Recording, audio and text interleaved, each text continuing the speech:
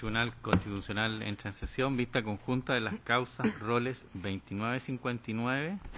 interpuesta por don Carlos Rojas Segovia, 3062, interpuesta por José Francisco Gutiérrez, y 3078, interpuesta por Javier Arce Ponce, de requerimientos de inaplicabilidad por inconstitucionalidad respecto al inciso segundo del artículo primero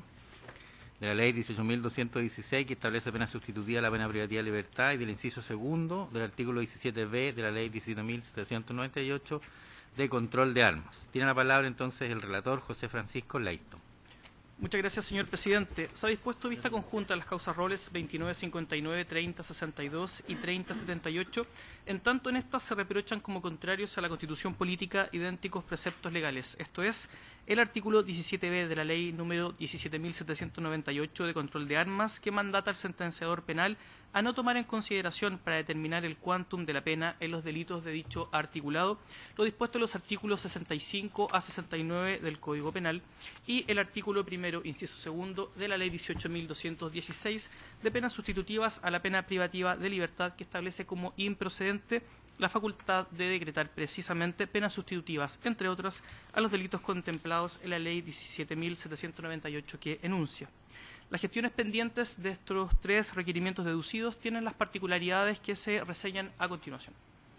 Primero, la causa rol 2959 corresponde a requerimiento interpuesto por don Carlos Rojas Segovia, representado por la Defensoría Penal Pública, quien fue formalizado ante el Juzgado de Garantía de Vicuña con fecha 29 de mayo de 2015, en el contexto de audiencia de control de detención por el delito de porte ilegal de arma de fuego ocurrido el día anterior. Posteriormente, el día 22 de julio de 2015, el Ministerio Público, luego de decretar el cierre de la investigación, dedujo acusación en su contra por el referido ilícito, solicitando la imposición de una pena de 3 años y un día de presidio menor en su grado máximo, accesorias legales, comiso y costas. Esta causa fue acogida a trámite con fecha 26 de enero de 2016, disponiendo la suspensión del procedimiento que, a dicha fecha, correspondía a la audiencia de preparación de juicio oral para ser declarada admisible por esta magistratura el día 1 de marzo de 2016. Segundo, la causa rol 3062 corresponde a requerimiento deducido por don José Francisco Gutiérrez Gamboa, representado por el defensor penal privado don Felipe Moraga. El señor Gutiérrez argumenta que, en audiencia de control de detención celebrada ante el juez de garantía de la ciudad de Curacaví, le fue formalizada investigación por delitos de porte ilegal de arma de fuego y receptación. Para el día 11 de septiembre de 2015 se presentaba acusación fiscal en su contra, en que se solicitó a su respecto por el persecutor penal público sendas penas de 4 años de presidio menor en su grado máximo por el delito contrario a la ley de control de armas y 540 días por el delito contemplado en el artículo 456 bis A del Código Penal. Celebrándose audiencia de preparación de juicio oral ante el juzgado de garantía, los autos fueron derivados al Tribunal de Juicio Oral en lo Penal de la ciudad de Melipilla, encontrándose suspendida la celebración del respectivo juicio oral por decisión de esta magistratura, en tanto con fecha 24 de mayo de 2016 acogió a trámite esta acción constitucional para finalmente declarar la admisibilidad el día 7 de junio de 2016. En tercer lugar, la acción de esta vista del rol 3078 corresponde a requerimiento deducido por don Javier Arce Ponce, representado por defensor penal privado don Sergio Salas Arregada. El señor Arce expone que en audiencia de control de detención ante el juzgado de garantía de la ciudad de Iquique le fue formalizada investigación también en su contra por delito de porte ilegal de arma de fuego,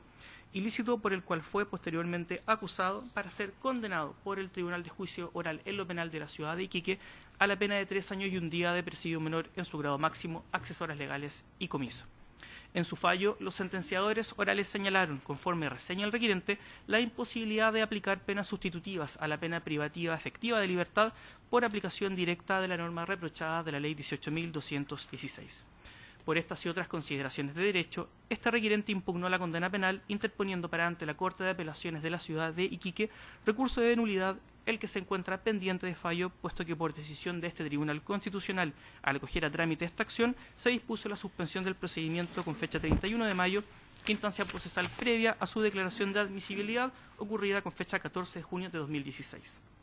En los 3 requerimientos de inaplicabilidad por inconstitucionalidad recién enunciados, se señala el conflicto constitucional, caracterizado porque las normas que reprochan producirían un resultado contrario a la Carta Fundamental, en tanto la imposibilidad de que el juez penal pueda rebajar el quantum de la pena a aplicar bajo el marco abstracto establecido en cada tipo por el legislador, para luego denegar también la concesión de eventuales penas sustitutivas a la privación efectiva de libertad, generaría desigualdad ante la ley, se torna en una discriminación arbitraria. Dichas cuestiones afectarían el derecho a un justo y racional procedimiento, en cuanto se tornan como medidas desproporcionadas, atentatorias contra la presunción de inocencia y finalmente configuran una vulneración a la prohibición de presumir de derecho la responsabilidad penal, cuestiones todas aseguradas por el constituyente.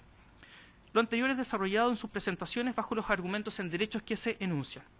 En primer término, los requerentes enuncian que los preceptos reprochados contravienen el artículo 1 de la Constitución Política, en tanto el constituyente, al establecer que las personas nacen libres e iguales en dignidad y derechos, implica que ningún ser humano es más que otro en cuanto a, precisamente, dignidad y derechos. Así, la igualdad en dignidad como valor constitucional se torna en una opción ético-social básica que el Estado siempre debe pugnar y concretar. Acto seguido, la aplicación de estas normas contravendría en el principio de igualdad ante la ley, establecido en el artículo 19, numeral 2 constitucional, concretizado en el valor de la no discriminación, prohibiendo la existencia de estatutos legales con derechos y obligaciones diferentes, atendiendo a consideraciones de carácter estrictamente personal, que no descansen en la razonabilidad como estándar fundante, valores todos que enlazan los requerentes fuertemente con lo prescrito en los artículos 1.1 y 24 de la Convención Americana de Derechos Humanos. En tercer término, desde el artículo 19, numeral 3, inciso sexto de la Constitución Política, los actores exponen que las normas que solicitan su inaplicabilidad contenidas en la Ley de Control de Armas y la ley que establece penas sustitutivas a la pena privativa de libertad atentan contra el derecho de toda persona a un procedimiento racional y justo, en cuanto éste debe basarse en penas proporcionales, con una adecuada correspondencia o adecuación que debe existir entre, por un lado, la gravedad del hecho juzgado con la reacción penal del Estado. Conforme enuncian los actores y citando jurisprudencia de la Corte Suprema, la proporcionalidad de las penas se relaciona inequívocamente con la igualdad en la aplicación del derecho. En los casos concretos que han expuesto ante esta magistratura constitucional, los requerentes hacen presente que, primero, la modificación a la Ley 17.798, que introdujo el artículo 17b, limita el arbitrio judicial del sistema general de determinación de penas que ha sido arreglado de manera correspondiente en el Código Penal, tornándose hoy, bajo esta perspectiva, exacerbado e ilimitado, no contando los jueces con una vital herramienta para, luego de analizar los casos concretos, determinar la correspondiente pena justa. Lo mismo sucede con el articulado que, desde el año 1982, ha sido establecido en la Ley 18.216 con fines claros de reinserción social, resultado del todo incoherente con el resto del articulado la imposibilidad de que solo en ciertos delitos las personas no puedan optar a una pena sustitutiva a la privación efectiva de libertad. Así, los requerentes, controlados en su detención, formalizados y acusados, entre otros, por delito de porte ilegal de arma de fuego, ilícito cuyo bien jurídico es el orden público, estructurado dogmáticamente como una figura de peligro abstracto, en que basta la peligrosidad de la conducta descrita por el legislador, se torna, incluso en el evento de contar con atenuantes de irreprochable conducta anterior, por ejemplo, solo a los autores de delito consumado de este delito les imposibilita lograr una pena justa y eventuales penas sustitutivas. No es posible lograr obtener, conforme enuncian, los antecedentes razonables y objetivos que movieron al legislador de turno para introducir estas reformas, tornándose claramente inidónea en un sistema general que busca la reinserción social del penado como función primordial de la pena. La cárcel, conforme exponen los requerentes, es contraria a cualquier propósito de reinserción social efectiva y la ley, con estos preceptos, no hace más que configurar lo contrario. La norma del artículo 17b de la Ley de Control de Armas, como se reseñó en los casos concretos, atentaría contra el justo y racional procedimiento asegurado por la Constitución. Limita al juez su capacidad jurisdiccional de actuar con justicia según dos elementos basales en cualquier sentenciador penal al momento de efectuar su trabajo cúlmine, determinar la pena, esto es, ponderar los antecedentes del caso concreto y las características del sujeto penalmente responsable. La norma del artículo 17b atenta contra la individualización judicial de la pena, significando así en resultados contrarios al principio de proporcionalidad como cálculo de ponderación. ambas normas reprochadas, así señalan los requirentes, primero la del artículo 17b y luego aquella señalada de la Ley de Penas Sustitutivas a la pena privativa de libertad, se tornan contrarias al espíritu del constituyente, por contravenir principios y valores que, desde la Constitución política, han permeado a toda la legislación penal y procesal penal en Chile. Evacuados los traslados de fondo, el Ministerio Público, en la persona del señor Fiscal Nacional, solicita que estos requerimientos sean rechazados en todas sus partes por las razones que enuncia.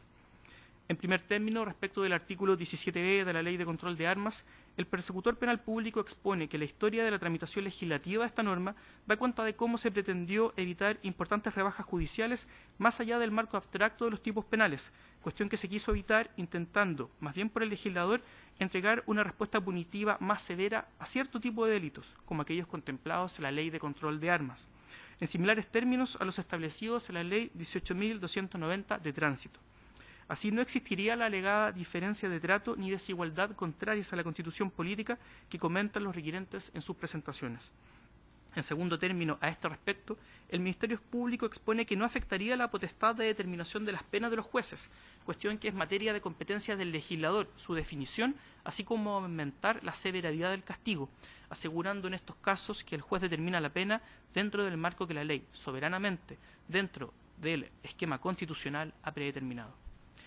En segundo apartado, respecto de la norma del artículo 1, inciso 2 de la Ley 18.216, el Fiscal Nacional hace presente que se ha buscado excluir, reformando la Ley de Penas Sustitutivas a la pena privativa de libertad, que un importante número de delitos, no solo en aquellos contemplados en la Ley de Control de Armas, se vean excluidos de esta posibilidad, por lo que la eventual diferencia de trato que alegan los requirentes no guardaría asidero alguno, ni tampoco algún tipo de discriminación arbitraria, no siendo papel de esta instancia constitucional realizar alegaciones en torno a las finalidades de la pena privativa de libertad, en tanto se debe, en esta sede, cuestionar su legitimidad o ilegitimidad solo desde la perspectiva del texto constitucional y no desde su eventual o no eficacia resocializadora.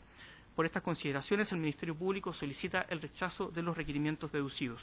Concluyo señalando, señor presidente, que se han anotado en forma para alegar en la vista del día de hoy, por la parte de la gestión pendiente del rol 3039 y por la requiriente en el rol 3041, el abogado don Claudio Fierro Morales, y por el Ministerio Público don Enlal Leiva Ferrada, así como el abogado por la parte requirente en la restante causa, cada uno por 30 minutos. Bien, entonces, por el requirente en el rol 2959, alega el abogado don Claudio Fierro por la Defensoría Penal Pública. Tiene la palabra. Muchas gracias, señor presidente. Ahí sí. Muchas gracias, señor presidente. Con su autorización y con la autorización de este excelentísimo tribunal, la Defensa Penal Pública alega en representación de don Carlos Rojas Segovia, solicitando desde ya este excelentísimo tribunal se sirva a declarar la inaplicabilidad por inconstitucionalidad del artículo 1, inciso 2 de la Ley 18.216 y del artículo 17, letra B, inciso 2 de la Ley 17.798. Excelentísimos señores, excelentísima señora, efectivamente nosotros hemos levantado este requerimiento por estimar que efectivamente ambas normas que nosotros ya hemos enunciado son contrarias a la Constitución y, por cierto, también a tratados internacionales de derechos humanos. En efecto, de acuerdo a cómo se ha planteado la relación,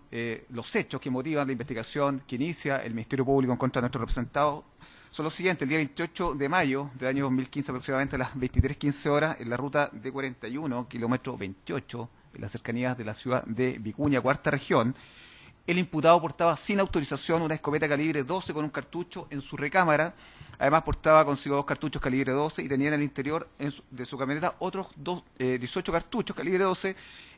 Al solicitarse la documentación por parte de funcionarios policiales, manifiesta libre y espontáneamente que no la tenía y que el arma pertenecía a su padre, procediendo a su detención, dando lectura a sus derechos, ratificando su versión en la sala de guardia, donde reiteró que el arma era de su padre y que la habría sacado sin su autorización con el objeto de cazar conejos. Esa es la formulación de cargos por los cuales se inicia esta investigación a nuestro representado y, en definitiva, cierto, se le asocia a esta investigación a la Ley 17.798. Nuestro representado hoy día no se encuentra privado de libertad, está sujeto a las medidas cautelares del artículo 155, letras C y D, firma y arraigo nacional. Excelentísimos señores, existe una gestión pendiente que en definitiva, cierto, se presentó acusación, está pendiente aún en el juicio oral y eventualmente, cierto, la audiencia de preparación. Excelentísimos señores, tal como se ha planteado en esta relación, el inciso 2 del artículo 1 de la Ley 8.216 prohíbe la utilización de penas sustitutivas o las privativas o restrictivas de libertad en caso en cuestión, ¿cierto?, porte de armas sin la autorización administrativa correspondiente. El inciso segundo del artículo 17, letra B, de la ley 17.798 sobre control de armas, establece que el tribunal no tomará en consideración lo dispuesto en los artículos 65 a 69 del Código Penal y en su lugar determinará su cuantía dentro de los límites de cada pena señalada por la ley al delito en atención al número y identidad de las circunstancias atenuantes y agravantes y la mayor o menor extensión del mal producido por el delito. Excelentísimo tribunal, el fundamento plausible que ha estimado esta defensa es que efectivamente existe una contravención al principio de igualdad ante la ley y a la garantía de no discriminación arbitraria, asimismo, ¿cierto?, al derecho fundamental a un debido proceso y justo proceso, en atención, ¿cierto?, a estos antecedentes que vamos a señalar a continuación y que en definitiva, ¿cierto?, se compromete esta defensa a poder acreditarlo en el desarrollo de esta alegación. En primer lugar, que existe una diferencia de trato entre personas que se encuentran en una situación similar. En segundo lugar, que esta norma que ha sido impugnada carece de fundamentos razonables y objetivos. En tercer lugar, que existe alcanzar la finalidad que ha tenido en vista el legislador y que en cuanto a la afectación al derecho fundamental del debido proceso, efectivamente existe una situación compleja que efectivamente limita la capacidad del juez de actuar en justicia según las características del caso y del sujeto penalmente responsable. Las normas que han sido identificadas y que se transgreden, excelentísimo tribunal, dicen fundamentalmente con el artículo 1 de la Constitución Política de la República, 19 número 2, también de la Constitución Política de la República, 2.1 y 26 del Pacto Internacional de Derechos Civiles y Políticos, artículo 1.1 y 24 de la Convención Americana de Derechos Humanos. Respecto a la primera norma que nosotros identificamos que ha sido vulnerada, efectivamente el artículo primero de nuestra Constitución Política de la República, evidentemente esta igualdad es considerada por esta Carta Fundamental como un valor constitucional, la cual constituye sin duda una opción ético-social básica que el Estado debe propugnar y concretar. En segundo lugar, excelentísimos señores, se consagra en el 19 número 2 de nuestra Constitución Política de la República esta igualdad ante la ley y mediante un principio de la no discriminación, principio incluido en este mismo artículo y numeral, y también la autoridad de la obligación de la autoridad de no establecer diferencias de forma irracional, arbitraria e injusta. Excelentísimos señores, también nosotros hemos identificado el artículo 2.1 y 26 del Pacto Nacional de Derechos Civiles y Políticos y a propósito de lo mismo, el Comité de Derechos Humanos en observación general número 18 respecto a la no discriminación ha planteado que efectivamente es posible hacer algún tipo de distinciones, ¿cierto? Y el comité plantea y establece que el artículo 26 no viene a reiterar la idea del artículo segundo, sino más bien hace referencia a obligaciones que se le imponen a los Estados partes en lo que respecta a sus leyes y aplicación de leyes, que es lo que nos convoca, y por consiguiente, al aprobar una ley, el Estado debe velar porque se cumple este requisito establecido en el artículo 26, que establece el contenido de dicha ley no sea discriminatorio. Por último, el comité reitera la idea de que la igualdad ante la ley no es un concepto absoluto y, por lo tanto, la diferenciación no constituiría discriminación en la medida que los criterios para tal diferenciación sean razonables y objetivos, que es lo que viene a cuestionar esta parte, que efectivamente estas normas impugnadas no son ni razonables ni objetivas. También, excelentísimos señores, hemos hecho referencia al artículo 1.1 24 de la Convención Americana de Derechos Humanos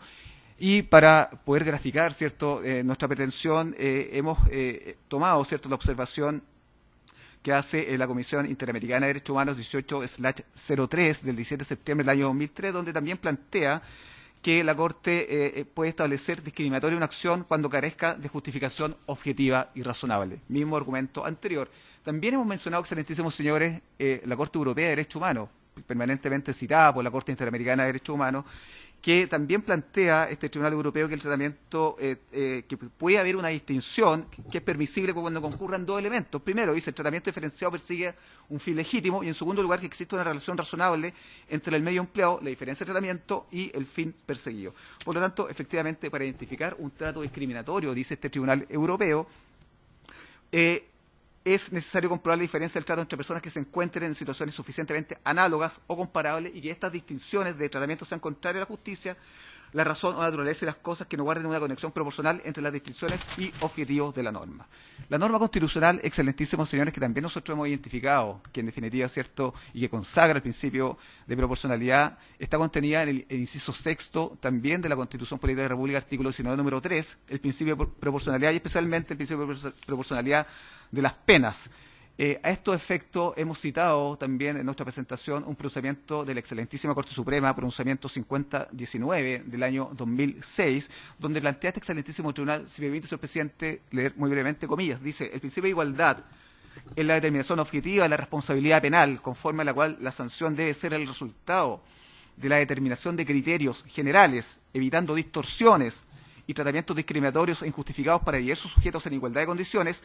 ha de determinar la necesidad de un castigo proporcional y condigno con los hechos. Eso lo ha dicho este excelentísimo tribunal, ¿cierto? Y por lo tanto, el ámbito de determinación de la pena, la proporcionalidad, dice este excelentísimo tribunal, es un cálculo de ponderaciones en el proceso de aplicación de la pena. Por lo tanto, excelentísimos señores, en el caso que nosotros hemos traído estos estrados de don Carlos Rojas Segovia, de aplicarse los preceptos impugnados, el tribunal de fondo verá absolutamente limitada su capacidad jurisdiccional de actuar con justicia según las exigencias constitucionales del justo y racional procedimiento. Excelentísimos señores, nos parece que es relevante hacer una breve referencia a la historia de la modificación de estas dos normas que nosotros solicitamos su impugnación. La modificación introducida por la ley 20.813 a la ley 18.216, mediante la cual se incorpora este inciso segundo del artículo primero de la ley 18.216,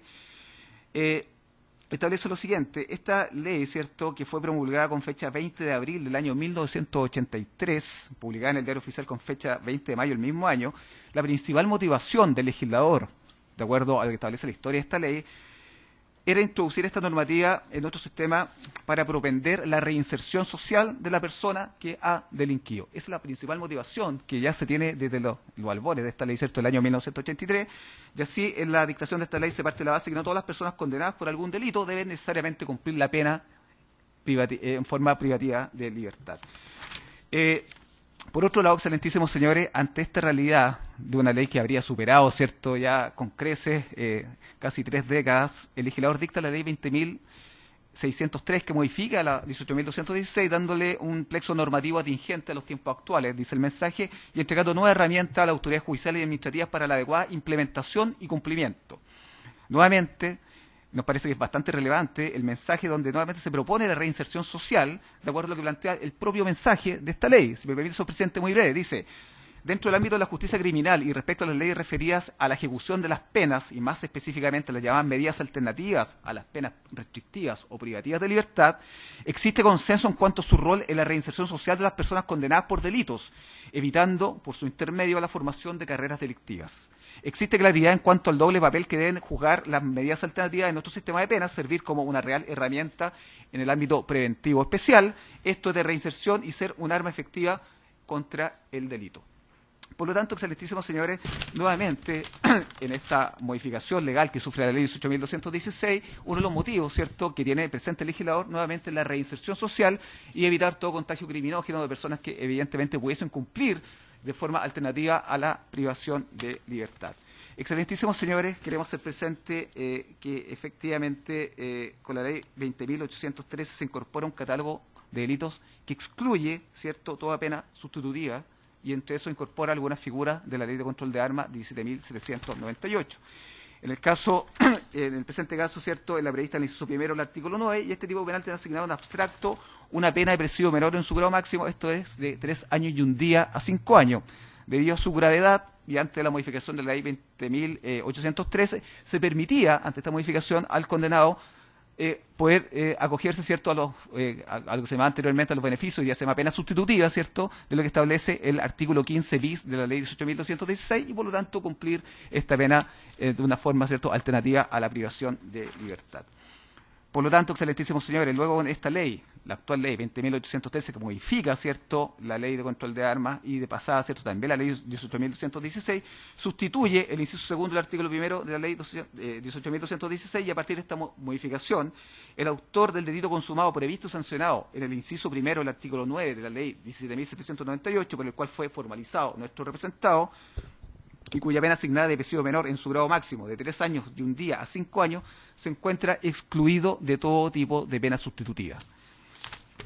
Por lo tanto, excelentísimos señores, también nos parece hacer presente, y es bastante plausible señalarlo en nuestros estrados, que nuestro representado también se encuentra hoy día situado en la hipótesis del artículo 11, número 6 del Código Penal, por cuanto tiene una irreprochable conducta anterior. No tiene conductas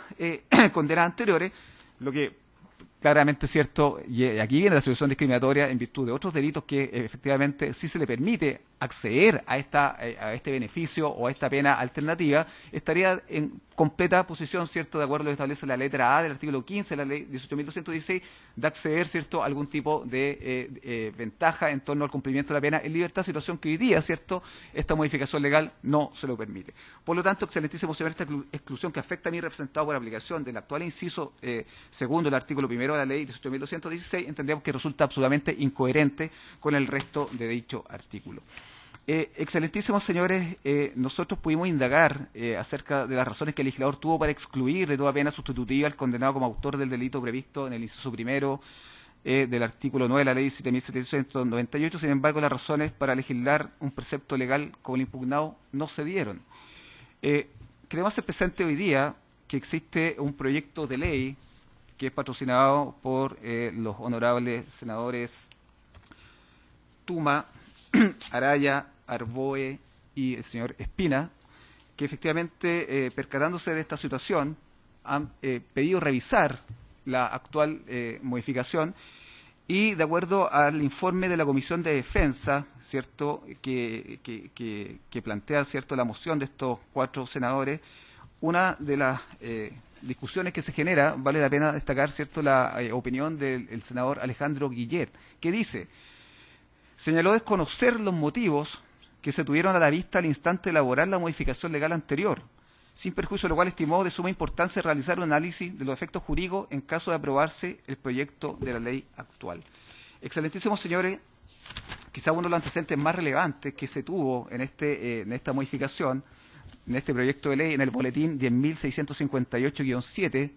se plantea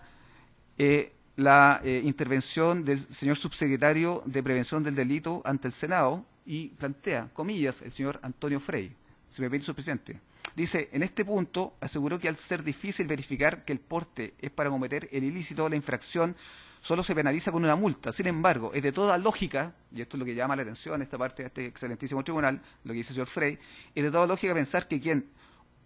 tiene uno de esos elementos en su poder tiene una clara intención de delinquir. Quizá esa fue la repercusión que tuvo, ¿cierto?, en la intervención del señor Antonio Frey respecto de esta ausencia legislativa, como nosotros hemos planteado discusión, y que en definitiva, ¿cierto?, genera una ausencia de discusión parlamentaria, y eso sí que ha plasmado, excelentísimos señores, en el segundo informe de la Comisión de Constitución del Senado, el cual decidió aprobar por unanimidad de sus miembros el proyecto de ley, incluyendo la indicación 35 letra A, materia de análisis, sin mayor tipo de debate, y queda demostrado, ¿cierto?, en esta reflexión que hace el senador Alejandro Guillet, que no tenía ningún conocimiento de los motivos que originaron la modificación legal que nosotros ya estamos impugnando. Sí, también cabe hacer presente, excelentísimos señores, y que lo vamos a citar en reiteradas ocasiones, al señor Waldo Procuriza, senador también, honorable senador, quien señaló que es positivo distinguir entre los portes ilegales de armas no asociados a otros delitos y esa misma actividad como forma de cometer un delito, pues en el segundo caso el poner el riesgo a una víctima concreta es un hecho mucho más absoluto. Pero ¿qué dice en esta discusión hoy día, cierto, el señor Procuriza? Dice, se me permite, señor presidente, dice, con el objeto de salvar algunas injusticias generadas en la aplicación de las sanciones por los tribunales, es necesario revisar esta norma. Enfatizó que la iniciativa requiere un conocimiento urgente para que las dificultades sean superadas. Por otro lado, el señor Procuriza plantea, señor presidente, se me permite, dice, señaló que adicionalmente se cometió un error al extraer de la normativa la posibilidad de que los tribunales pudieran atenuar la responsabilidad de quien no utiliza el arma para cometer delitos, posición que fue respaldada por la Comisión de Defensa Nacional en su oportunidad y que fue modificada con posterioridad por la Comisión de Constitución, Justicia y Reglamento, donde primó una postura diferente. A continuación plantea, dijo tener la convicción de que antes hechos como los citados por los autores de la moción es necesario establecer mecanismos para que los jueces puedan sancionar con penas de menor envergadura la cárcel efectiva. También, excelentísimos señores, nos llama la atención hoy día lo que han planteado las Fuerzas Armadas, ¿cierto?, a partir de la Dirección General de Movilización Nacional, donde el señor Alejandro Lara, asesor jurídico, explicó que después de la modificación únicamente se efectúa una distinción entre armas y municiones, que si bien permite graduar de alguna manera la pena, no entrega una solución plausible. Señala el encargado, ¿cierto?, de la Dirección General de Movilización Nacional. Dice, sobre el particular, esta dirección entiende que las realidades de vida son diferentes a lo largo de nuestro país. Incluso sean casos de personas que cazan su propio alimento utilizando estos elementos. Eso lo plantea el asesor jurídico, ¿cierto?, representando a la Fuerza Armada ante esta discusión que se está generando hoy día a propósito de los errores que han advertido los legisladores respecto a la aplicación de esta norma. Excelentísimos señores, se han advertido distintos casos como el nuestro, por ejemplo,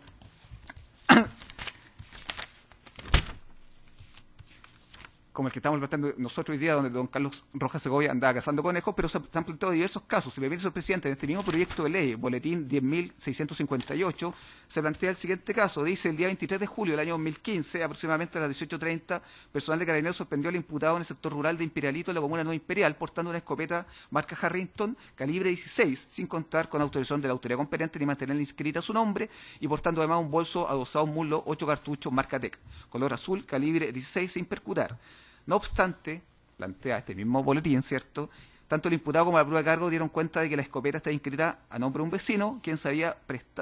prestado el abuelo del condenado para la caza, que justamente era la actividad que el imputado iba camino a desarrollar cuando fue fiscalizado por Carabineros. Así, como otros casos, han sido expuestos, ¿cierto?, por estos 4 honorables senadores, a efecto de poder revisar esta legislación que efectivamente nosotros entendemos está en una situación hoy día bastante compleja en torno, ¿cierto?, a las irregularidades que nosotros advertimos y que en definitiva contrarían los preceptos constitucionales que hemos anunciado. Por otro lado, excelentísimos señores, la modificación introducida por la ley 20.813 a la ley 17.728, mediante la cual se incorpora la norma del artículo 17 letra B, que en su inciso segundo contiene otros los preceptos, ¿cierto?, que nosotros estamos denunciando, y que en definitiva, para determinar la pena del delito previsto en el inciso primero del artículo 9, el juez de fondo no podrá tomar en consideración lo dispuesto en los artículos 65 a 69 del Código Penal. Es decir, nos parece que es bastante también relevante esta situación, porque de esta forma, por ejemplo, aun concurriendo 2 circunstancias atenuantes de efecto ordinario, como las señaladas, por ejemplo, y que asiste hoy día nuestro representado, 11 número 6, donde probablemente aún podría generarse el artículo 11 número 9, por el estadio procesal que se encuentra esta causa, y ningún agravante, el tribunal no podrá rebajar la pena en 1 o 2 grados, de acuerdo, ¿cierto?, a esta nueva norma que nosotros estamos impugnando. Por lo tanto, las consecuencias del desplazamiento de los artículos 65 a 69 del Código Penal, excelentísimos señores, no son menores si se parte de la base que el sistema de determinación de la pena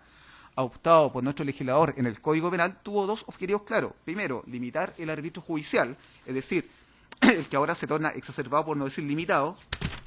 y, en definitiva, también, excelentísimos señores, determinar la pena justa, porque las reglas de determinación de pena tienen en sí mismas un mérito que consideramos no es despreciable, consistente en determinar la pena justa aplicable, considerando para ello las atenuantes de responsabilidad que tienen con fundamento una menor reprochabilidad del sujeto, como ya señalábamos, ¿cierto?, 11 número 6, o que respondan a consideraciones político-criminales, como por ejemplo las circunstancias atenuantes del artículo 11 número 8 u 11 número 9. Por lo tanto, un precepto legal como el impugnado, que proscribe los efectos naturales de la concurrencia de uno más atenuante, no constituye, entendemos, una regulación razonable. Excelentísimos señores, también denunciamos hoy día la ausencia de debate legislativo frente a la modificación, y ya hemos citado un ejemplo claro de cómo hubo una ausencia legislativa en torno, ¿cierto?, a poder discutir estas modificaciones legales. Cómo esta forma de aplicación de normas legales, cuestionar el caso concreto, infringe las disposiciones constitucionales y tratados que ya hemos denunciado, excelentísimos señores. Del análisis efectuado por este excelentísimo tribunal, y aquí efectivamente nosotros hemos seguido la nutrida jurisprudencia de este excelentísimo tribunal en torno al test de igualdad. Por ejemplo, pronunciamientos 784, 1133, 1138 de este excelentísimo tribunal. Tomando este test de igualdad, podemos concluir lo siguiente, que efectivamente existe, que se esté ante una diferencia de trato entre personas que se encuentran en una situación similar, que tal diferencia carece de fundamentos razonables y objetivos, que tal diferencia adolece falta de idoneidad para alcanzar los fines que se ha tenido en consideración el legislador. Excelentísimo señor, en primer lugar, frente a esta diferencia de trato entre personas que se encuentran en situación similar,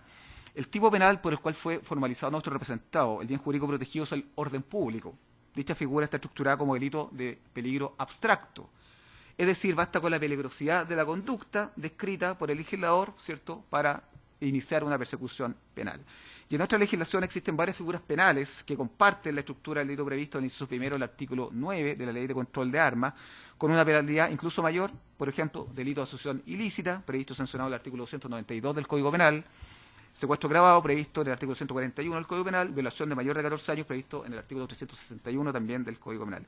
No obstante lo anterior, excelentísimos señores, aún cuando dichas figuras penales comparten esta misma estructura, ¿cierto? Delito peligro y también un mismo bien jurídico protegido, orden público, penalidad, incluso algunas de dichas figuras superan el umbral punitivo, ¿cierto?, del porte ilegal de armas.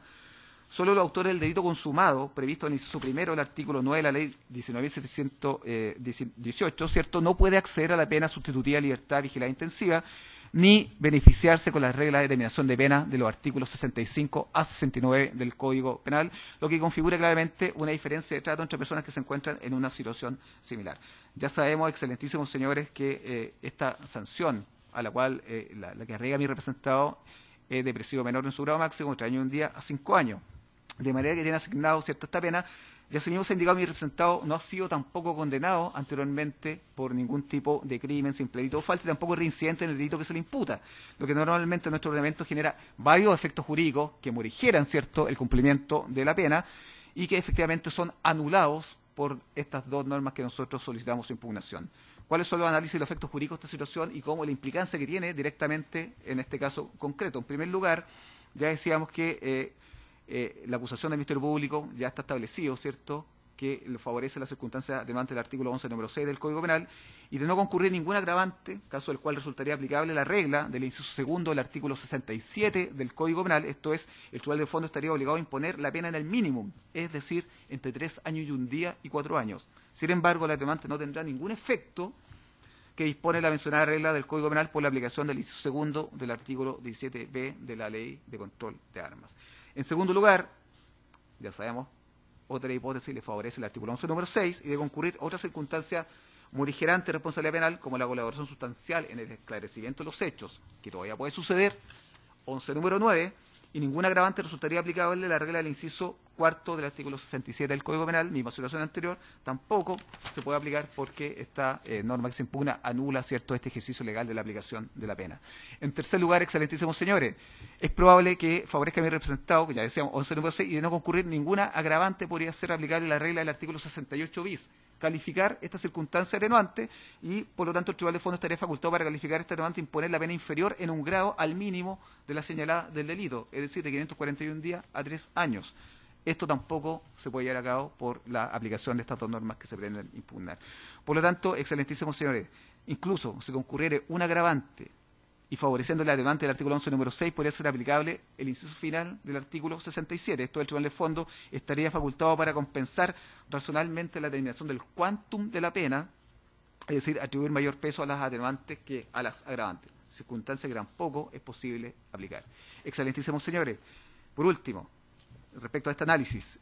mi representado cumpliría sin mayor problema el requisito legal de la letra A del artículo 15 de la ley 18.216. No tiene antecedentes anteriores y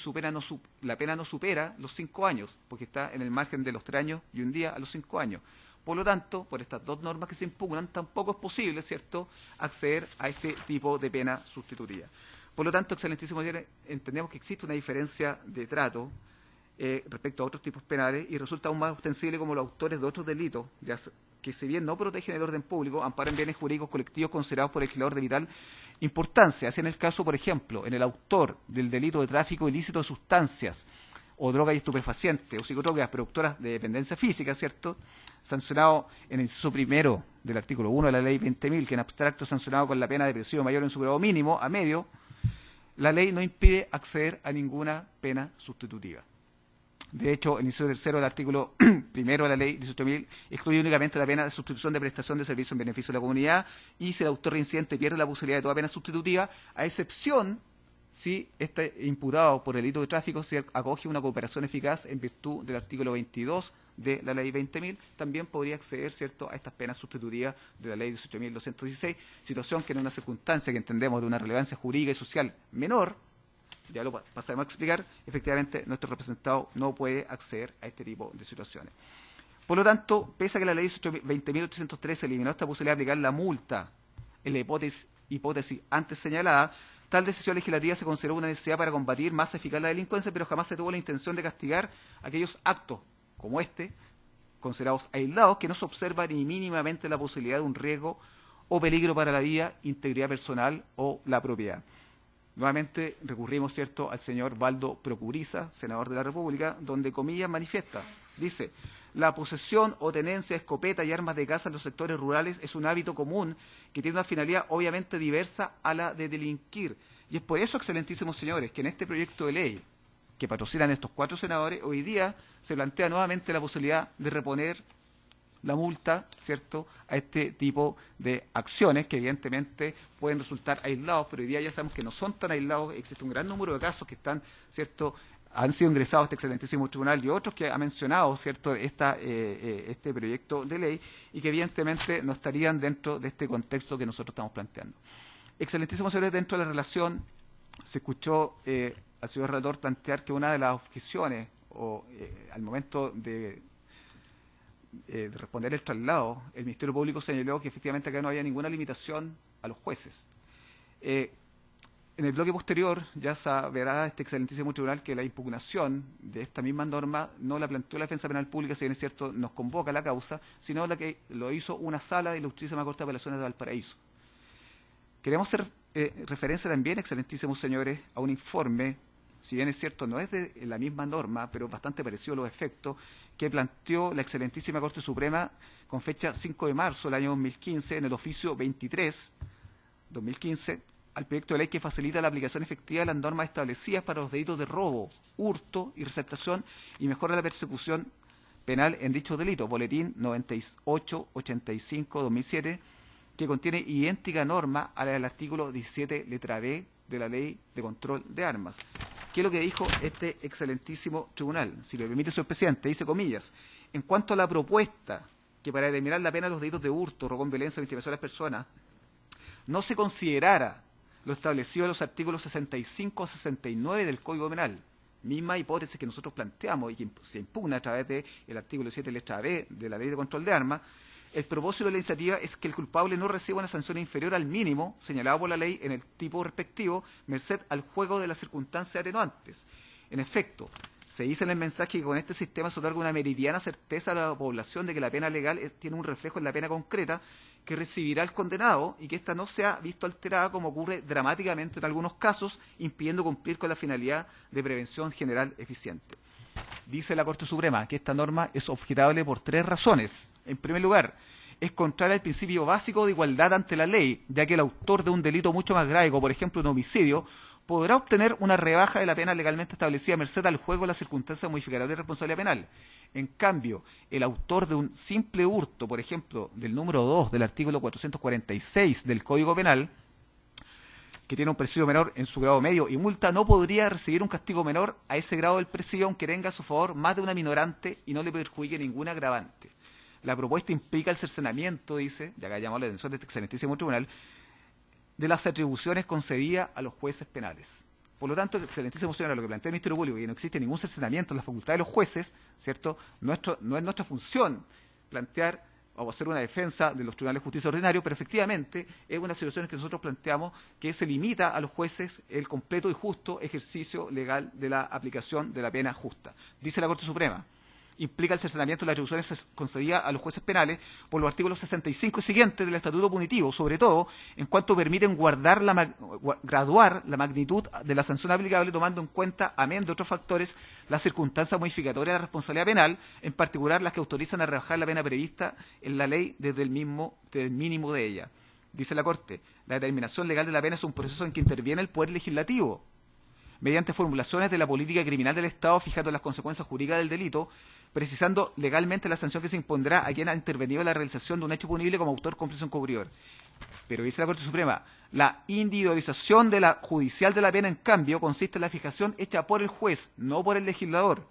de las consecuencias jurídicas de un delito según la clase, gravedad y forma de ejecución de aquello, escogiendo entre la pluralidad de posibilidades previstas legalmente, y constituye, junto a la apreciación de la prueba y a la aplicación del precepto jurídico criminal a los hechos probados, la tercera función autónoma del juez penal y representa la cúspide de su actividad resolutoria. Para este último párrafo, efectivamente, la Corte Suprema vincula, ¿cierto?, a los profesores Polidov, Matus y Ramírez. Por lo tanto, excelentísimos señores, evidentemente entendemos que existen fundamentos razonables y objetivos. Esta situación que nosotros hemos ventilado hoy día en estos estrados, de acuerdo a lo que ha planteado este propio excelentísimo tribunal respecto a este test de igualdad, el Comité de Derechos Humanos, la Corte Interamericana, la Corte Europea, efectivamente carece de una justificación objetiva y razonable. No existe, ¿cierto?, una razón reconocida como relevante, razonable y suficiente por parte del legislador de acuerdo al examen que hemos hecho, ¿cierto?, de la historia de la ley. Quizás el único antecedente importante hoy día, del cual también uno puede extraer una segunda lectura, es lo que informó el profesor Jean-Pierre Matus, que respecto al análisis legales cuestionados estuvo dado, ¿cierto?, por este profesor, quien razonaba bajo la lógica de que si se va a establecer un sistema especial. El tiempo terminó, tiene un minuto para redondear. Termino inmediatamente, excelentísimo señor. Independiente de lo que plantea el profesor Matus, excelentísimos señores, nosotros entendemos que subsiste hoy día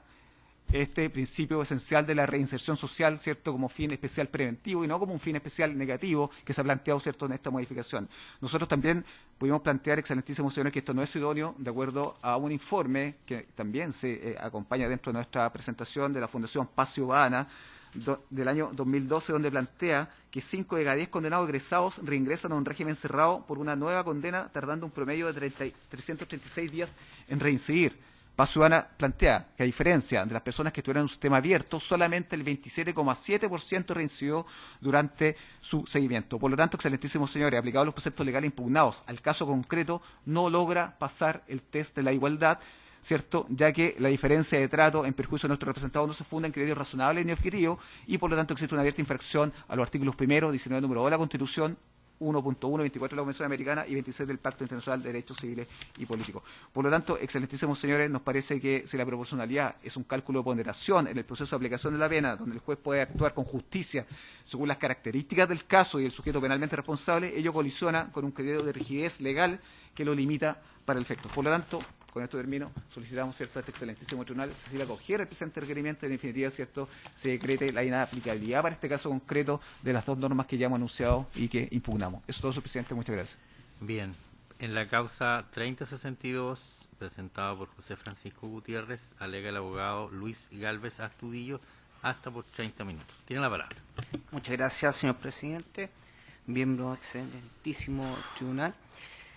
En este caso, igual que la Defensoría Penal Pública, se ha interpuesto recurso de inaplicabilidad por inconstitucionalidad respecto de dos preceptos. El inciso segundo del artículo 1 de la Ley 18.216, que establece las penas sustitutivas a las penas privativas o restrictivas de libertad, y el inciso segundo del artículo 17, letra B de la Ley 17.798, en adelante, Ley de Control de Armas. En este caso, su señoría excelentísima, la aplicación de estas dos normas en la causa RIT 52 del año 2016, seguida ante el Tribunal Oral en lo Penal de Melipilla, conlleva al caso concreto una infracción a los artículos 1 y 19, número 2 de la Constitución Política de la República, igualdad y no discriminación, artículo 19, número 3, inciso sexto, debido proceso, afectación a la proporcionalidad de las penas y también a la restricción de las facultades de los jueces para determinar en este caso la pena aplicable a cada caso que conocen. Todo ello reforzado por las normas de la Convención Americana de Derechos Humanos, regla del artículo 1, número 1 y 24, y también artículo 21 y 26 del Pacto Internacional de Derechos Civiles y Políticos. Ello, su señoría excelentísima, y previo al fondo del asunto, me permito ilustrar brevemente el caso que se solicita tenga en este caso declarar la inaplicabilidad de estas normas. El 10 de mayo del año 2015, en este caso el señor José Francisco Gutiérrez Gamboa fue formalizado por infracción a la Ley de Control de Armas, precisamente por portar un arma de fuego permitida. Con fecha 11 de septiembre de 2005, el Ministerio Público dedujo de la respectiva acusación fiscal en su contra respecto del hecho que la síntesis pertinente señala que nuestro representado portaba una escopeta calibre 12, número de serie se indica, la que mantenía 5 cartuchos calibre 12 sin percutir.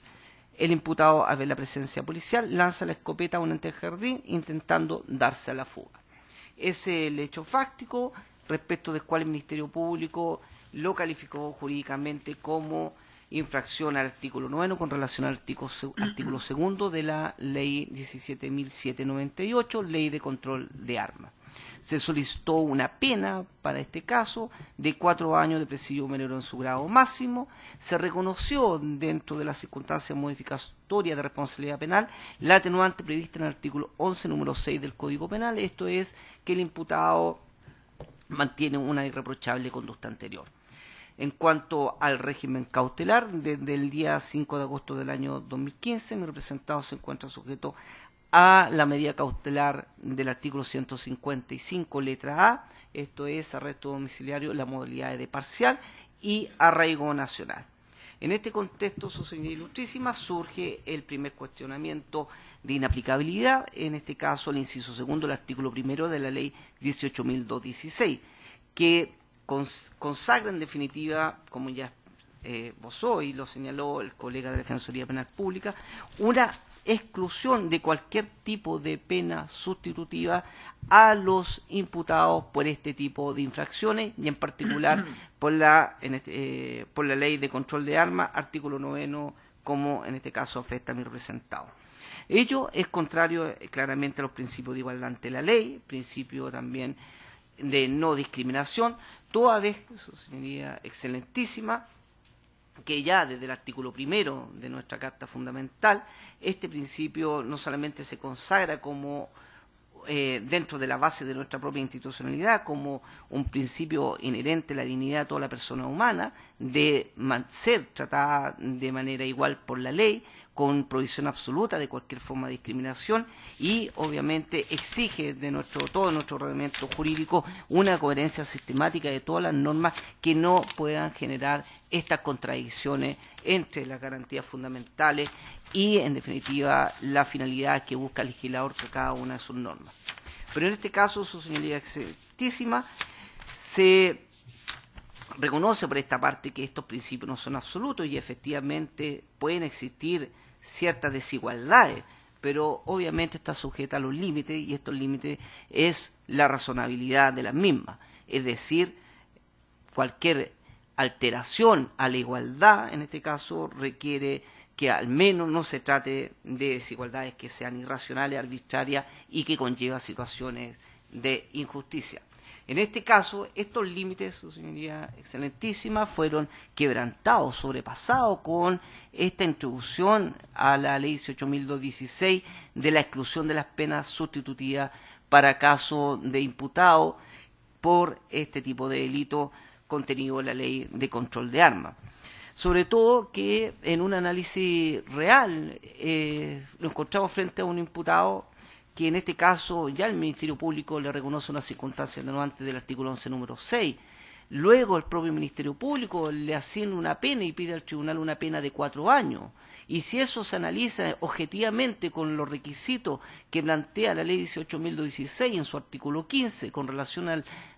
la libertad vigilada como pena sustitutiva al encierro, cumple todo y cada uno de los requisitos. Sin perjuicio de ello, por esta nueva, digamos, esta introducción de esta normativa, genera en definitiva de pleno derecho que esta persona no pueda optar a una pena que conforme a la ley cumple todo y cada uno de los requisitos. En tal sentido, no solamente es atentatoria contra el principio de igualdad, sino que se presenta en situaciones desproporcionadas y coloca a mi defendido en este caso por este delito en una situación más gravosa respecto de otros imputados, los cuales se les pueden imputar delitos más graves, ya lo dijo el colega. En este caso, un imputado por infracción a la ley 20.000 de tráfico de droga puede optar a una pena sustitutiva. Lo mismo ocurre en casos de los delitos de robo, también puede optar una pena sustitutiva, y incluso en casos de asociaciones ilícitas, no existir una prohibición expresa, también pueden optar a pena sustitutiva, y no lo sería en este caso mi representado, respecto del cual solamente se le imputa un simple delito que no tiene pena de crimen y cumple todos los requisitos objetivos para optar a esta pena, digamos, alternativa al encierro. Concordante con ello, su señoría excelentísima, se presenta obviamente más evidente esta falta de justificación razonable y objetiva de trato desigual que, como ya se expresó, es una modificación que se realiza a espaldas de un debate legislativo real, efectivo, basado en criterios de política criminal, con estudios criminológicos, análisis estadístico u otro antecedente que puedan ilustrar una finalidad clara respecto de lo que se busca como idoneidad legislativa, digamos, al introducir esta modificación. Lo cierto es que en análisis concreto de esta normativa se aleja totalmente de los fines previstos en la ley 18.216, que incluso repetidamente, desde el mensaje incluso de la ley 20.603, se vislumbra que respecto de ciertos condenados, sobre todo aquellos que no tienen ningún tipo de antecedente penal previo, como es el caso, el encierro no es la primera herramienta que el Estado debe echar mano, sino que para eso está esta ley, cuya finalidad sí es la reinserción social, conlleva un fin preventivo especial acusado, y en esos términos no se vislumbra, digamos, alguna finalidad en esos aspectos por la, digamos, supresión de esta posibilidad para imputados sin antecedentes penales por la imputación de estos simples delitos. Luego, carece también de coherencia interna a mantener la pena, como ya se expresó, para los delitos más graves. No tiene ninguna, no resiste un análisis sistemático con otras disposiciones del mismo Código Penal o leyes especiales si para un delito menos grave se priva de libertad a una persona y para delitos más graves se le da la posibilidad incluso optar a estas penas sustitutivas. Ya mayor abundamiento.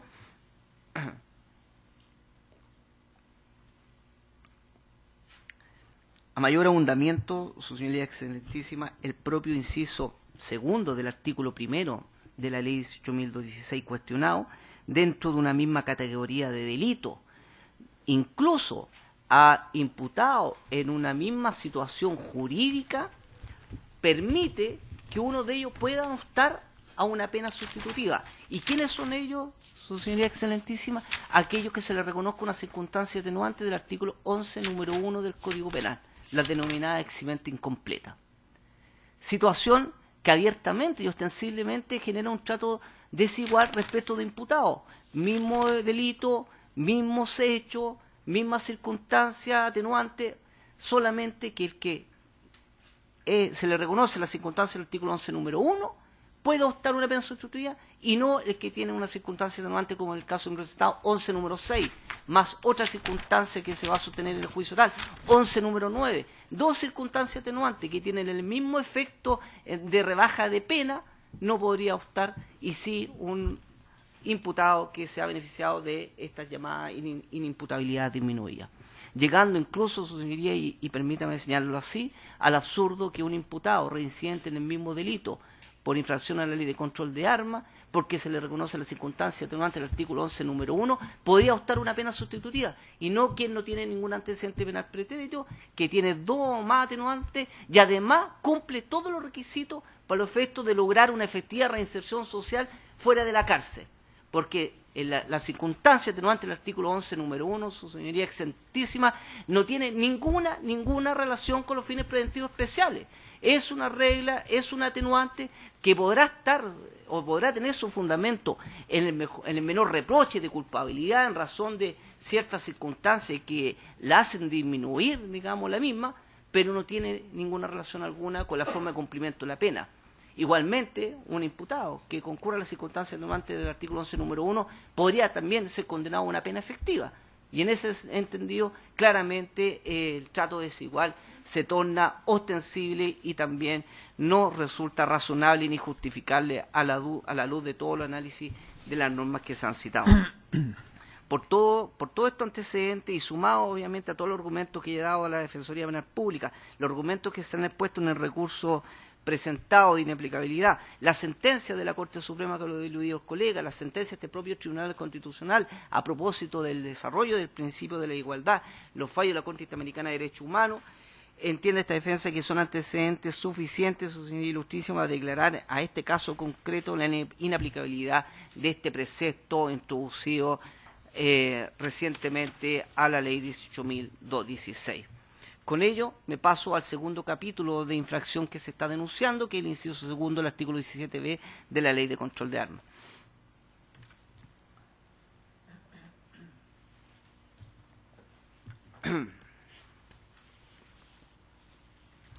En efecto, su señoría excelentísima, también se ha planteado la inaplicabilidad de este inciso segundo. ¿Qué es lo que hace? ¿En qué término modifica la ley de control de armas? Suprime derechamente la regla de determinación de pena prevista en el artículo 65 al 69 del Código Penal. ¿Qué genera eso? Claramente una infracción al principio de igualdad ante la ley, no discriminación,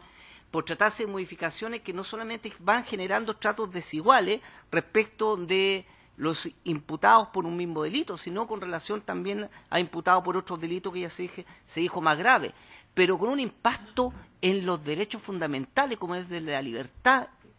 Lo cierto es que en ese análisis no se justifica este nivel de intervención.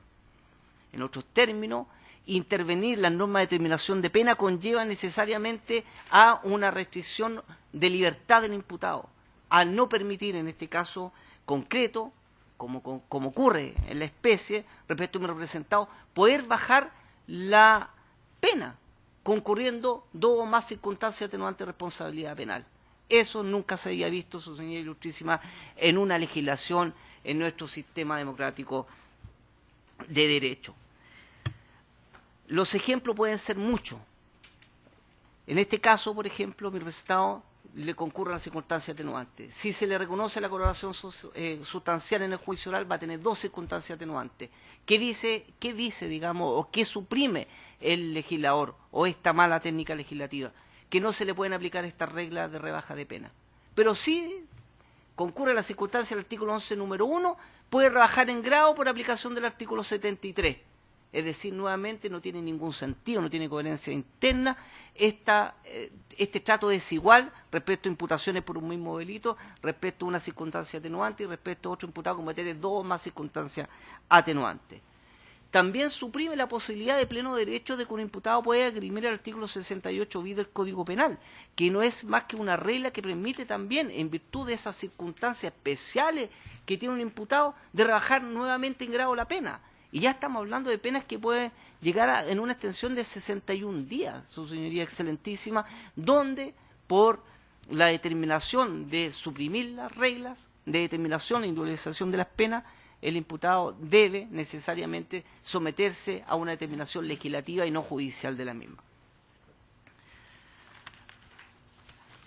Resulta entonces, su señoría excelentísima, razonable, proporcional una intervención de esta manera en los derechos fundamentales con estas técnicas legislativas que conllevan derechamente suprimir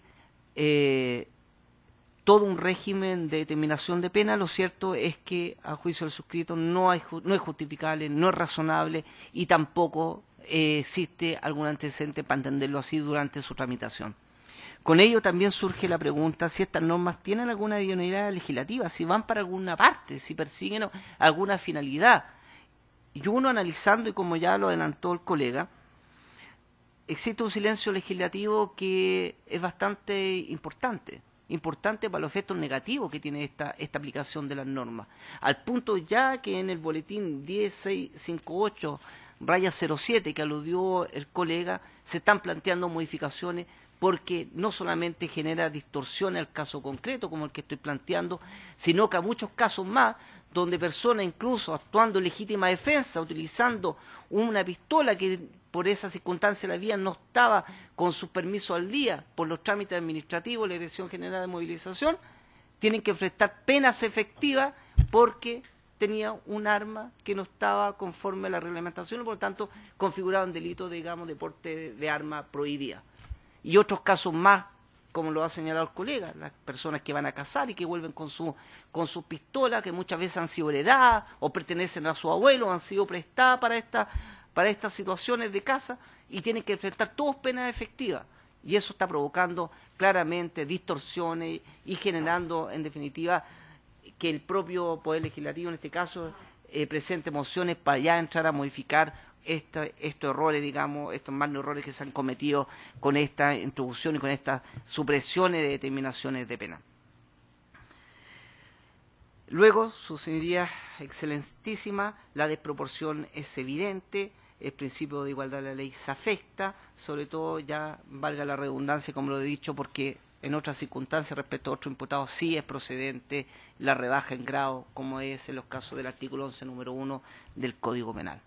Finalmente, también se cuestiona por infracción al debido proceso, pero principalmente por generar una desproporción en las penas y generar también una restricción intolerable, casi esencial de las facultades jurisdiccionales que tienen los jueces de fondo, la supresión de esta normativa y también, por cierto, la prohibición absoluta de pena sustitutiva para la ley de control de armas. En la práctica, su señoría excelentísima, y en el caso concreto, no cabe duda que se ha privado al juez de fondo de decidir la forma de cumplimiento de una pena. Ahora, un juez de fondo que le dice a un imputado, usted cumple todos los requisitos para acceder a una pena sustitutiva, como ocurre en el caso concreto, mi representado, 24 años, profesor de educación física, kinesiólogo, con redes de apoyo, con vínculos permanentes con la comunidad. Ministerio Público le solicita una pena que queda dentro del marco de acceder a la pena sustitutiva de libertad vigilada, que sin duda van a concurrir dos circunstancias atenuantes de responsabilidad penal. No puede el juez, en este caso, decidir un aspecto tan relevante como es la forma de cumplimiento de una pena, salvo que concurran las circunstancias atenuantes del artículo 11, número 1 del Código Penal, que no tiene ningún sentido. No cabe duda también que se ha privado a los jueces de fondo de determinar el quantum de la pena. El juez tenía la posibilidad de recorrer extensiones de pena, valorar ciertas circunstancias concurrentes, sea atenuante, sea agravante, compensar unas con otras y, en definitiva, aplicar proporcionalidad a cada caso en concreto. Nuevamente, el juez de fondo no puede hacerlo. Se le restringe pero gravemente las facultades jurisdiccionales porque lo obligan a moverse dentro de los marcos de determinación o individualización de la pena que no lo fija, en este caso, el juez, que lo fija el legislador a través de estas restricciones. Lo anterior, en definitiva, su señoría excelentísima, no solamente vulnera lo que es un justo y racional procedimiento, sino que al sustituir el proceso de individualización de la pena prácticamente por un precepto legislativo, también se infringe el derecho ciudadano a optar una pena razonable, justa, proporcional y que se consideren todas las circunstancias concurrentes al caso, como se hace respecto de otro imputado por otros delitos donde se atenta no solamente con bienes jurídicos más graves, sino que ya con penas asignadas de crimen, que en este caso no se entiende ninguna coherencia ni concordancia con la situación más perjudicial que se estaría sometiendo solamente a un grupo de ciudadanos que están son sujetos de una imputación en el ámbito de la ley de control de armas. En definitiva, y para clausurar, digamos, este capítulo, señoría excelentísima, voy a dar por reproducida y también mía las alegaciones del colega de la Defensoría Penal Pública, porque estamos esgrimiendo también los mismos cuestionamientos de inconstitucionalidad en cuanto a las normas de derecho y también los argumentos desarrollados por él. Y terminar señalando que, en definitiva, su señoría excelentísima, que la lógica de un derecho penal intimidatorio, en palabras de Zaffarón, y por cierto cobran bastante relevancia, cuando se utiliza a una persona como medio o instrumento empleado para sus fines propios, la persona humana desaparece. Se reduce a un medio para los fines estatales. En este caso, la única explicación, si se puede decir, o lo único que encontramos en la historia legislativa de estas modificaciones de por qué se tenía que restringir primero o suprimir la regla de determinación de pena, como también lo dice el propio Ministerio Público cuando se hace cargo de estos argumentos, dice, para que los jueces no puedan rebajar pena cuando concurre circunstancia atenuante. Entonces hay que entregarle un marco normativo respecto del cual no puedan rebajar. Es prácticamente, digamos, un reconocimiento a esta restricción invasiva de las facultades jurisdiccionales. Y luego se pregunta, ¿y por qué tenemos que, en definitiva, plantear la excepción de pena sustitutiva para este delito? Sí, porque si no le permitimos rebajar pena, igual pueden salir libres por pena sustitutiva. Por lo tanto, la explicación que se da es que, en definitiva, excluyéndolo de la posibilidad de una pena sustitutiva y excluyendo esta regla de determinación de pena, vamos a asegurar el encierro de esta persona. ¿Y qué es lo que es eso? Un fin utilitario, en este caso, de utilizar a la persona, en este caso, como un instrumento de un poder punitivo que, en definitiva, transgrede los límites de jus puniendi, en este caso, con todas las infracciones que se han denunciado. Por todo ello, se solicita se acoja este recurso de inaplicabilidad y se declara en el caso concreto la ineficacia respecto de los mismos casos propuestos. Muy bien. Por las causas 2959, 3062 y 3078 y por el Ministerio Público, alega el abogado don Hernán Ferrera hasta por 30 minutos. Tiene la palabra.